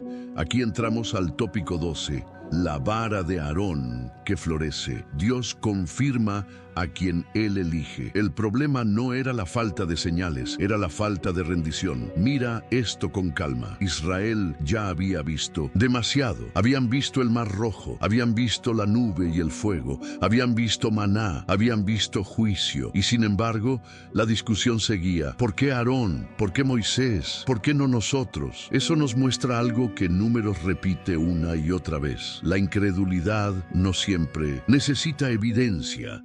Necesita humildad, así que Dios decide hablar en un lenguaje que cualquiera, incluso un niño, puede entender. Un objeto seco que se vuelve vida. 12 varas, un símbolo de tribus, de identidad y de orgullo. Dios le dice a Moisés que cada tribu tome una vara, un bastón de su líder. 12 tribus, 12 varas, cada una con el nombre del príncipe de esa tribu, y además una vara especial, la de Aarón, representando la tribu de Leví. Ahora piensa en lo que una vara representa. No era un palo cualquiera, era símbolo de liderazgo, autoridad, dirección. En 1200, el desierto, un bastón era herramienta del caminar y emblema del que guía. Cada tribu, en cierta manera, estaba colocando su derecho sobre la mesa. Era como decir, si Dios nos escoge, que lo muestre. Y en ese punto, el orgullo humano queda expuesto delante del cielo, porque todos quieren confirmar que su nombre también puede estar en el centro. El lugar de la prueba, delante del testimonio, Dios manda colocar esas varas en el tabernáculo, delante del testimonio, donde estaba el arca. Eso es importante. No es una prueba de Moisés, no es una prueba de Aarón, es una prueba delante de Dios. Porque la autoridad espiritual verdadera no se gana con aplausos, se confirma en la presencia, y entonces llega la noche. Imagínala. El campamento se acuesta, pero no es una noche tranquila. Hay tensión, hay expectativa, hay murmullos. ¿Qué pasará? ¿Y si mi tribu es escogida? ¿Y si Aarón no es? ¿Y si Dios hace algo inesperado? 12 varas, todas secas, madera cortada, sin raíz, sin agua, sin posibilidad natural de vida. Y ahí está el punto. Si algo florece, no será por naturaleza, será por Dios. La mañana, cuando Dios responde sin discutir, al día siguiente, Moisés entra al tabernáculo. Y aquí la Biblia nos lleva a una escena que parece simple, pero es explosiva en significado. Moisés sale con las varas, una por una, y entonces aparece la señal que silencia a todo el campamento. La vara de Aarón había brotado, pero no solo brotó un poquito. La Biblia dice que echó brotes, produjo flores, y dio almendras. ¿Te das cuenta del nivel de milagro? No es solo verde, es un proceso completo de vida en una noche, como si Dios dijera: yo no solo doy señal, yo doy fruto. La vara, seca, muerta, sin raíz, ahora tiene vida, y no cualquier vida, vida madura, completa, visible, y el pueblo mira, y no hay argumento, no hay pero, no hay quizás, porque una vara no florece por casualidad. El almendro, un detalle con mensaje. El hecho de que fueran almendras también es interesante. El almendro en la región es de los primeros árboles en florecer, una señal de despertar, de inicio, de prontitud. En términos simples, es como si Dios estuviera diciendo: yo estoy atento, yo confirmo rápido, yo no estoy dormido. Israel estaba en el desierto, pero Dios estaba despierto. Dios guarda la vara como memorial para que el corazón no olvide. Después de esto, Dios manda que la vara de Aarón sea guardada delante del testimonio como señal para las generaciones, para que cesen las murmuraciones. ¿Ves el propósito? No era humillar al pueblo, era apagar la rebelión, porque cuando el corazón insiste en pelear contra lo que Dios estableció, termina destruyéndose. Entonces Dios deja un memorial, un recordatorio físico de que Él escoge, Él confirma, Él da vida. La reacción del pueblo: miedo, pero también claridad. El pueblo reacciona con temor. Vamos a morir. Cualquiera que se acerque al tabernáculo morirá. Eso muestra dos cosas. 1. Por fin entendieron que lo santo es serio. 2. Todavía les faltaba aprender que Dios pone límites para proteger, no para destruir. Ellos ven el poder de Dios y sienten que no pueden ni respirar cerca del tabernáculo. Pero Dios, con esta señal, está estableciendo un equilibrio. Sí, hay santidad. Sí, hay orden. Sí, no cualquiera toma el sacerdocio, pero también Dios está con ustedes, guiándolos, cuidándolos.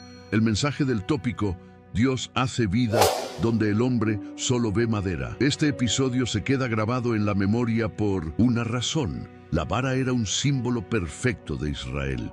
Israel era un pueblo seco por dentro, cansado, quejoso, sin raíces profundas de fe. Y Dios les muestra que Él puede hacer florecer lo que está muerto, pero también les muestra que la autoridad que florece no nace del ego, nace del llamado, nace de Dios. Y después de esta confirmación pública, el camino sigue, pero el desierto todavía tiene capítulos duros por escribir, porque ahora vendrán momentos donde incluso Moisés, el gran líder, será puesto a prueba en un punto crítico: el agua, la presión, el enojo y un golpe que costará caro.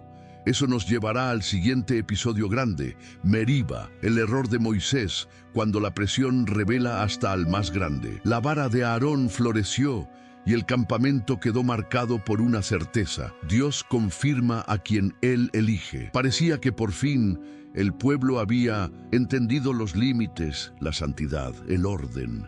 Pero el desierto no es una carretera recta, es una escuela dura. Y en esa escuela, a veces, la misma lección vuelve a presentarse con otro nombre, en otro lugar, con otra presión. Porque Israel puede ver señales y aún así volver a caer en lo mismo. Y así entramos al tópico 13. El error de Moisés en Meriba. Incluso los grandes son probados. Años en el desierto, el cansancio que se acumula en silencio. Para este punto, el camino ya ha sido largo. La generación incrédula va desapareciendo poco a poco. Hay funerales, despedidas, cicatrices. La promesa sigue adelante, sí, pero el tiempo pesa. Y en medio de ese desgaste ocurre algo que en el desierto es como una alarma de emergencia. Falta agua. Puede faltar comida y uno se adapta un poco. Puede faltar comodidad y uno resiste. Pero cuando falta agua, la desesperación aparece rápido. Los labios se resecan, los niños lloran, los animales se agitan, las familias miran sus cántaros y se dan cuenta de que lo que queda no alcanza. Y el campamento entra en tensión. La misma vieja reacción: discutir, acusar, olvidar. La Biblia dice que el pueblo contiende con Moisés, discuten, reclaman, acusan, y la forma en que hablan es fuerte. Ojalá hubiéramos muerto. ¿Por qué nos trajiste a este desierto? ¿Para qué nos sacaste de Egipto? Aquí no hay agua. ¿Te das cuenta? Es como si el desierto hubiera borrado su memoria otra ¿Ves? El pueblo vuelve a hablar como si Dios no existiera, como si los milagros fueran cuentos viejos. Y aquí viene el momento más humano de todo este episodio. Moisés también está cansado. Moisés ha visto rebeliones, ha intercedido, ha cargado críticas, ha sido señalado, ha perdido gente, ha soportado años y ahora otra vez el mismo grito. Otra vez la misma acusación, otra vez la misma incredulidad. Moisés y Aarón buscan a Dios, el lugar correcto, con el corazón bajo presión. Moisés y Aarón van a la entrada del tabernáculo, caen sobre su rostro, hacen lo correcto, buscan a Dios y la gloria del Señor aparece. Dios da una instrucción clara: toma la vara y habla a la roca delante de ellos y ella dará su agua. Mira la precisión: toma la vara, símbolo de autoridad, de orden, reúne al pueblo, habla a la roca, saldrá agua. Dios no dice golpea, Dios dice habla, y ese detalle es clave, porque en el pasado Dios ya había mandado a Moisés golpear una roca y salió agua. Pero ahora, en Meriba, Dios cambia el método. ¿Por qué? Porque Dios no solo estaba dando agua, estaba dando una lección. La obediencia no es repetir fórmulas, es escuchar lo que Dios manda hoy. Meriba, cuando la presión empuja al líder al borde, Moisés reúne al pueblo. Y aquí se siente el peso de años acumulados. El pueblo está alterado, los rostros son tensos, las quejas hierven, y Moisés, en 1900, en vez de hablar con calma, explota. Dice palabras duras: oíd ahora, rebeldes, ¿os hemos de hacer salir aguas de esta roca? Esa frase revela algo. Primero, Moisés llama al pueblo rebeldes, y sí, lo eran. Pero luego dice: os hemos de hacer salir agua, como si él y Aarón fueran los que producen el milagro. Quizá no lo dijo con esa intención, pero bajo presión las palabras salen torcidas y entonces sucede el acto que marca el error. Moisés golpea la roca, no una vez, 2 veces, y el agua sale, la necesidad se suple, el pueblo bebe, los animales beben, la crisis inmediata termina. Pero el cielo no se quedó indiferente, porque aunque el agua salió, Moisés no obedeció exactamente. Y en las cosas santas, el casi no es suficiente. La sentencia, el costo de un momento, Dios le habla a Moisés y a Aarón: por cuanto no creísteis en mí, para santificarme delante de los hijos de Israel, no meteréis esta congregación en la tierra que les he dado. Esto duele, porque Moisés no era un hombre cualquiera, era el gran líder, el que habló con Faraón, el que vio el mar abrirse, el que subió al Sinaí, el que intercedió una y otra vez. Pero aquí Dios muestra algo que atraviesa toda la Biblia. Dios es santo, incluso con sus siervos más cercanos. ¿Por qué fue tan serio? Porque en ese momento, delante del pueblo, Moisés debía mostrar confianza y obediencia, santificar a Dios con su conducta, pero golpeó por enojo. Y el enojo, cuando gobierna, distorsiona el mensaje. Moisés representaba a Dios ante el pueblo, y en ese instante representó a Dios con dureza humana, no con la instrucción exacta del Señor. Meriba significa contienda, el lugar donde la discusión se volvió marca. Ese lugar se llamó Meriba, contienda, porque allí el pueblo contendió con Dios, y allí también el líder fue probado. Es un nombre que suena como cicatriz, como si la tierra misma dijera: aquí la presión reveló el corazón. Lo más fuerte de este tópico: el error de un grande nos enseña a todos. Este episodio no está en la Biblia para humillar a Moisés. Está para enseñar, porque si el gran Moisés necesitaba vigilar su corazón bajo presión, cuánto más nosotros. Y también enseña algo importante sobre la vida espiritual. Puedes tener un llamado verdadero y aún así fallar en un momento. Puedes estar cansado y aún así ser responsable. Puedes ser usado por Dios y aún así ser corregido. Dios no negó el agua al pueblo, pero tampoco ignoró la desobediencia del líder. Eso muestra que Dios es misericordioso con el pueblo y santo con quienes lo representan. Y aún así, Dios sigue con ellos. Lo impresionante es que, a pesar de todo, Dios no abandona el camino. La nube sigue, la historia sigue, la promesa sigue. Pero ahora, Moisés carga con una realidad dolorosa. Verá la tierra, pero no entrará. Y ese dolor se volverá parte de su última etapa como líder. Y después de Meriba, el desierto no se calma, porque el corazón del pueblo todavía lucha. Vendrá otro episodio donde la queja vuelve, y Dios responde con una imagen poderosa, una de las más recordadas de toda la Escritura: las serpientes ardientes y la serpiente de bronce. Porque cuando la muerte ronda, el cielo enseña a mirar hacia la provisión de Dios. Meriba quedó atrás como una herida abierta. Agua salió de la roca, sí, pero también salió a la luz el peso de la presión, incluso sobre Moisés. El campamento siguió avanzando y uno pensaría que después de tantas advertencias, después de tantos años, la gente ya habría aprendido a cuidar sus palabras. Pero el desierto tiene una forma cruel de repetir el examen. Y aquí entramos al tópico 14, serpientes ardientes y la serpiente de bronce, la sanidad que mira hacia Dios. El cansancio vuelve y con él la tentación de hablar contra Dios. Israel sigue caminando por rutas difíciles. Hay desvíos, hay caminos largos, hay momentos en que parece que la promesa está cerca y de pronto el camino gira, se alarga, te obliga a rodear. Y ese tipo de vueltas en la vida provoca algo en el corazón humano: frustración. La Biblia dice que el pueblo se impacientó por el camino. Esa frase parece pequeña, pero describe una tormenta interior. ¿Por qué tanta vuelta? ¿Por qué no llegamos ya? ¿Hasta cuándo? ¿Para qué seguir? Y cuando la impaciencia se vuelve costumbre, la lengua se suelta.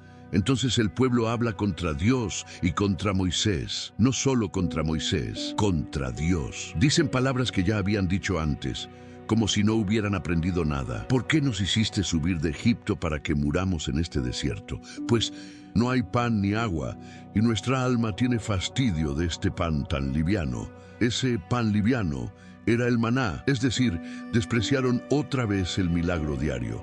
Y fíjate en la contradicción. Dicen, no hay pan, y al mismo tiempo dicen que están cansados del pan que sí tienen. Eso es el corazón humano cuando está dominado por la queja. No ve lo que tiene, solo grita lo que desea. Las serpientes ardientes. Cuando el pecado muestra su veneno, entonces sucede algo aterrador. La Biblia dice que el Señor envió serpientes ardientes entre el pueblo y mordían al pueblo.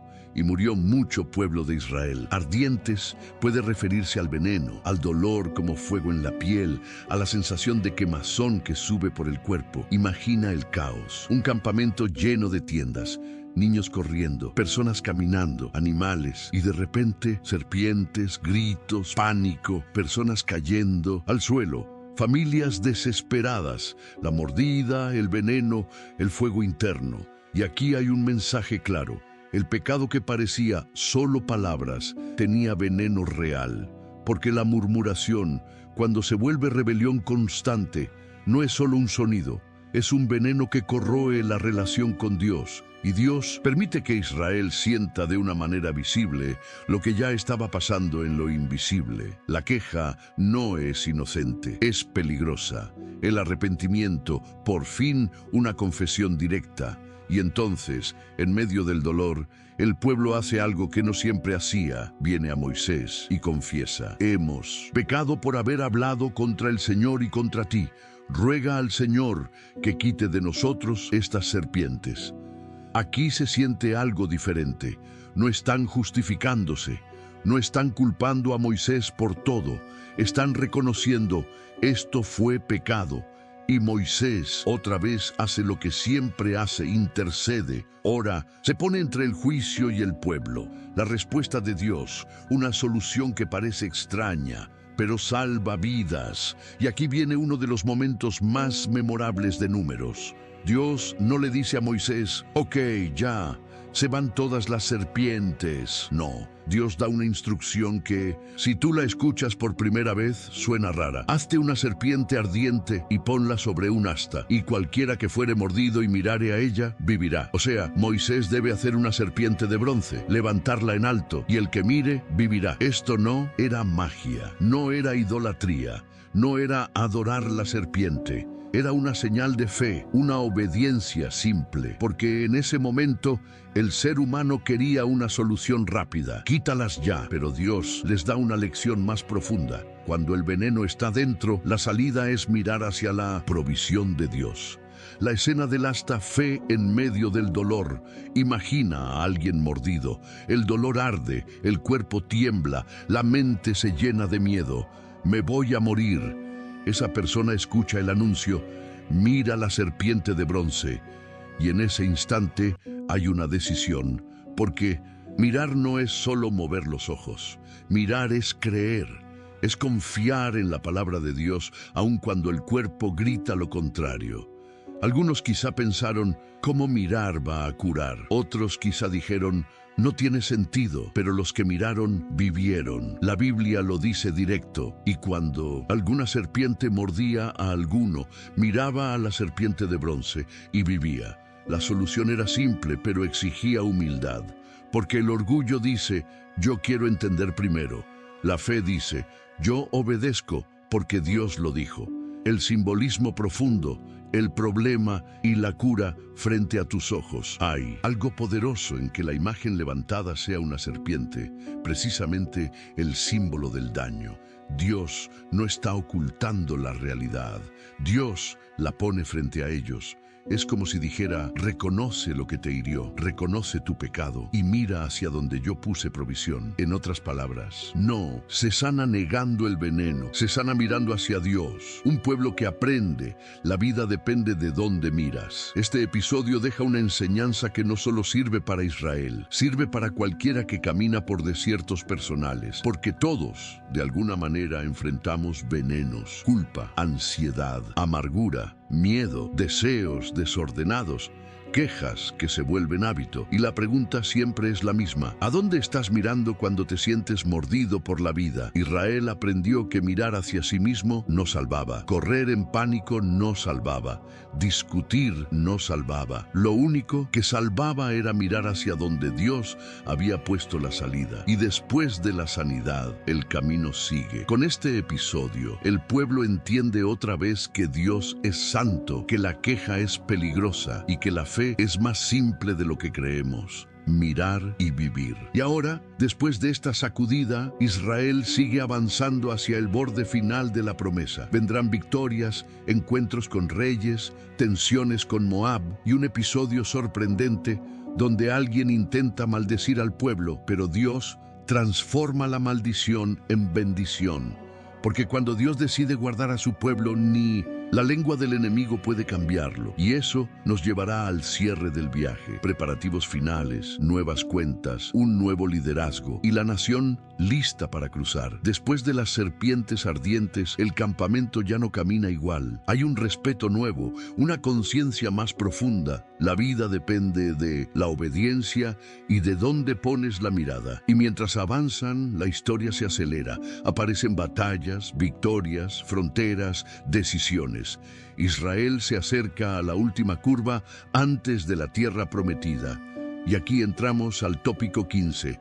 El cierre narrativo de Números, últimas etapas hacia la tierra, Balaam, nuevas, cuentas y preparación final. La recta final, cuando el desierto empieza a quedar atrás, Israel se mueve por regiones que ya no son solo arena vacía. Hay pueblos alrededor, hay reyes, hay caminos comerciales, hay límites geográficos reales. El campamento se convierte en una presencia imponente. Y aquí sucede algo importante. Israel empieza a enfrentar resistencia externa, porque el pueblo puede haber sufrido por rebeliones internas, pero ahora aparece otra prueba. ¿Qué pasa cuando el enemigo ve que te estás acercando a tu destino? Victorias que cambian el ánimo. La fuerza del pueblo vuelve a levantarse. En el camino, Israel se enfrenta a reyes como Sejón y Og. La Biblia muestra que Dios les da victoria, y estas victorias no son solo militares, son espirituales. Son como un mensaje para la nueva generación.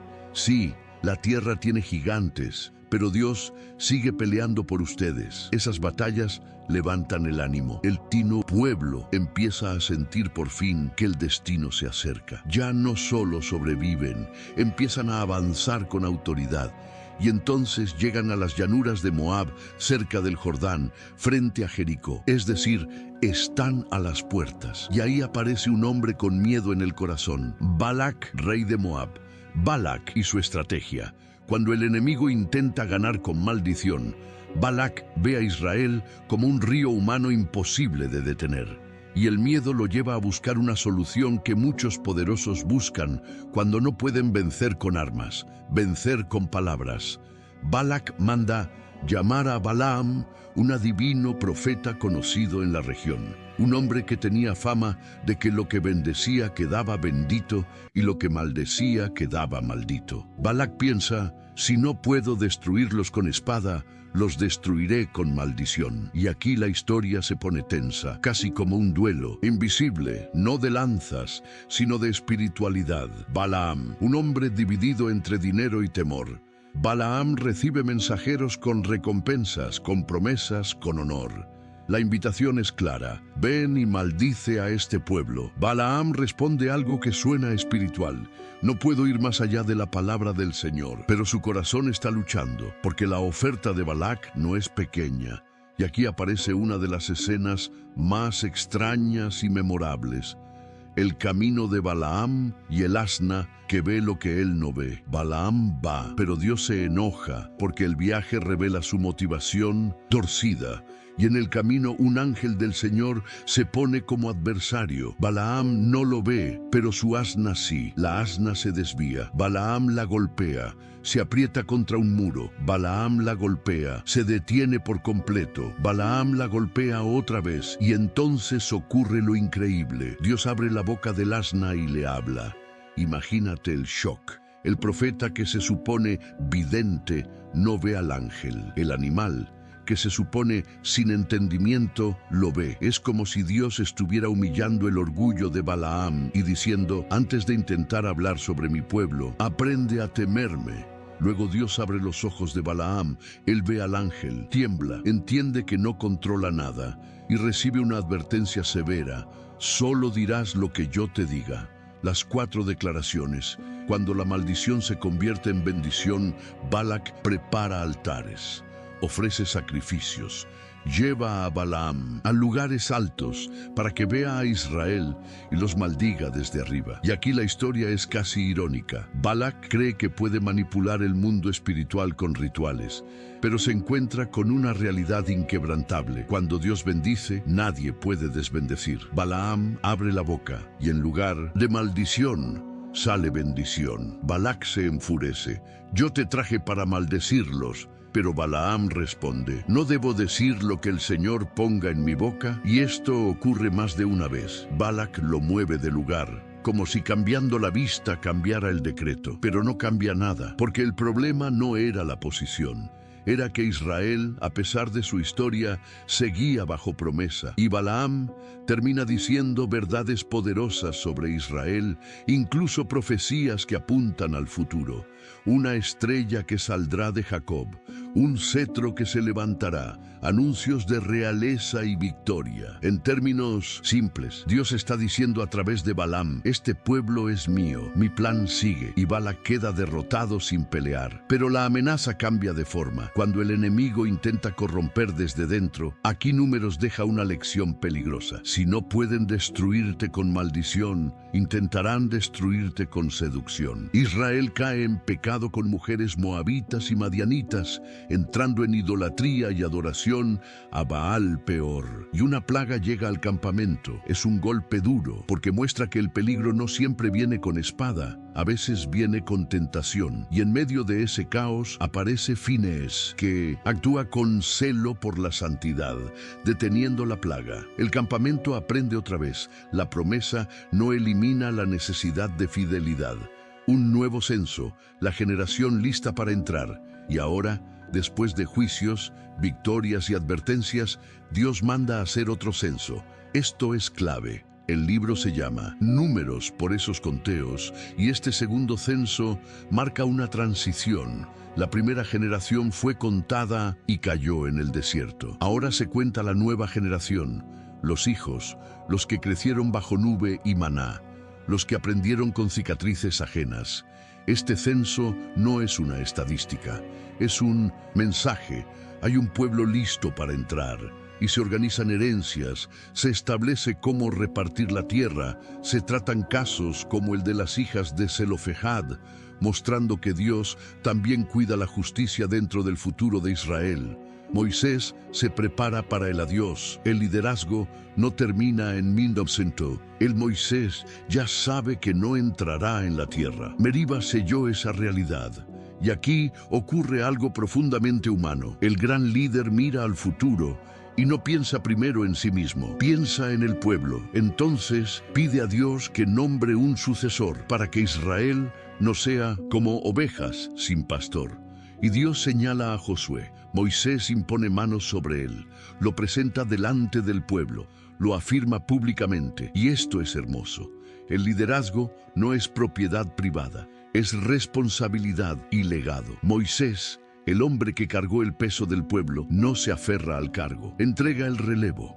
Las últimas instrucciones, fronteras, votos, ciudades y memoria. Números termina afinando detalles esenciales para entrar en la tierra. Se recuerdan etapas del viaje como para que la historia quede grabada. Se definen fronteras. Se ordenan ciudades de refugio, enseñando justicia y protección para casos difíciles. Se establecen normas sobre votos, mostrando que la palabra dada ante Dios importa. Se cierran asuntos pendientes para que el pueblo entre con orden. Es como si Dios estuviera diciendo: ya aprendiste en el desierto, no entres en Canaán con el corazón desordenado. La promesa sigue viva. Y así termina Números, no con una entrada triunfal todavía, sino con el pueblo parado frente a la puerta, listo. Un pueblo que lloró, un pueblo que cayó, un pueblo que vio juicio y misericordia, un pueblo que aprendió que no se juega con la santidad, un pueblo que vio cómo Dios transformó maldición en bendición. Y al final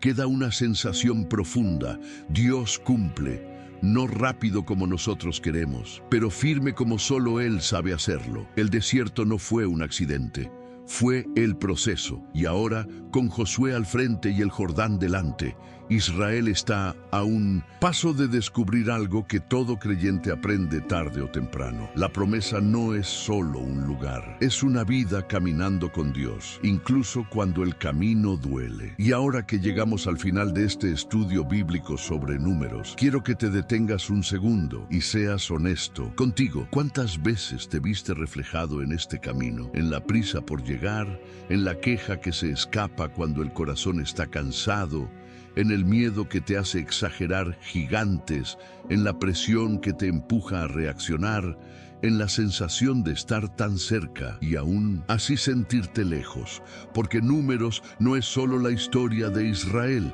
es la historia de cualquiera que intenta caminar con Dios mientras carga heridas, dudas y agotamiento.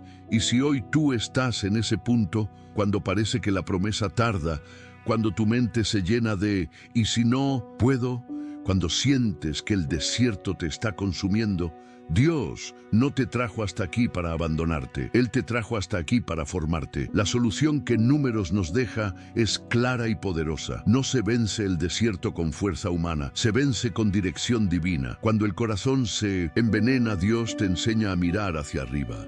Cuando el miedo grita, Dios te recuerda su palabra. Cuando te sientes perdido, la nube sigue ahí, Dios sigue guiando. Y aunque tus pasos sean lentos, aunque hayas fallado, aunque el cansancio te haya robado la alegría, el Señor no deja de ser fiel. Así que hoy no te quedes viviendo en la queja, no te quedes preso en la culpa, no te quedes paralizado por el miedo. Levanta la mirada, vuelve a confiar, vuelve a obedecer en lo pequeño, vuelve a caminar un día a la vez.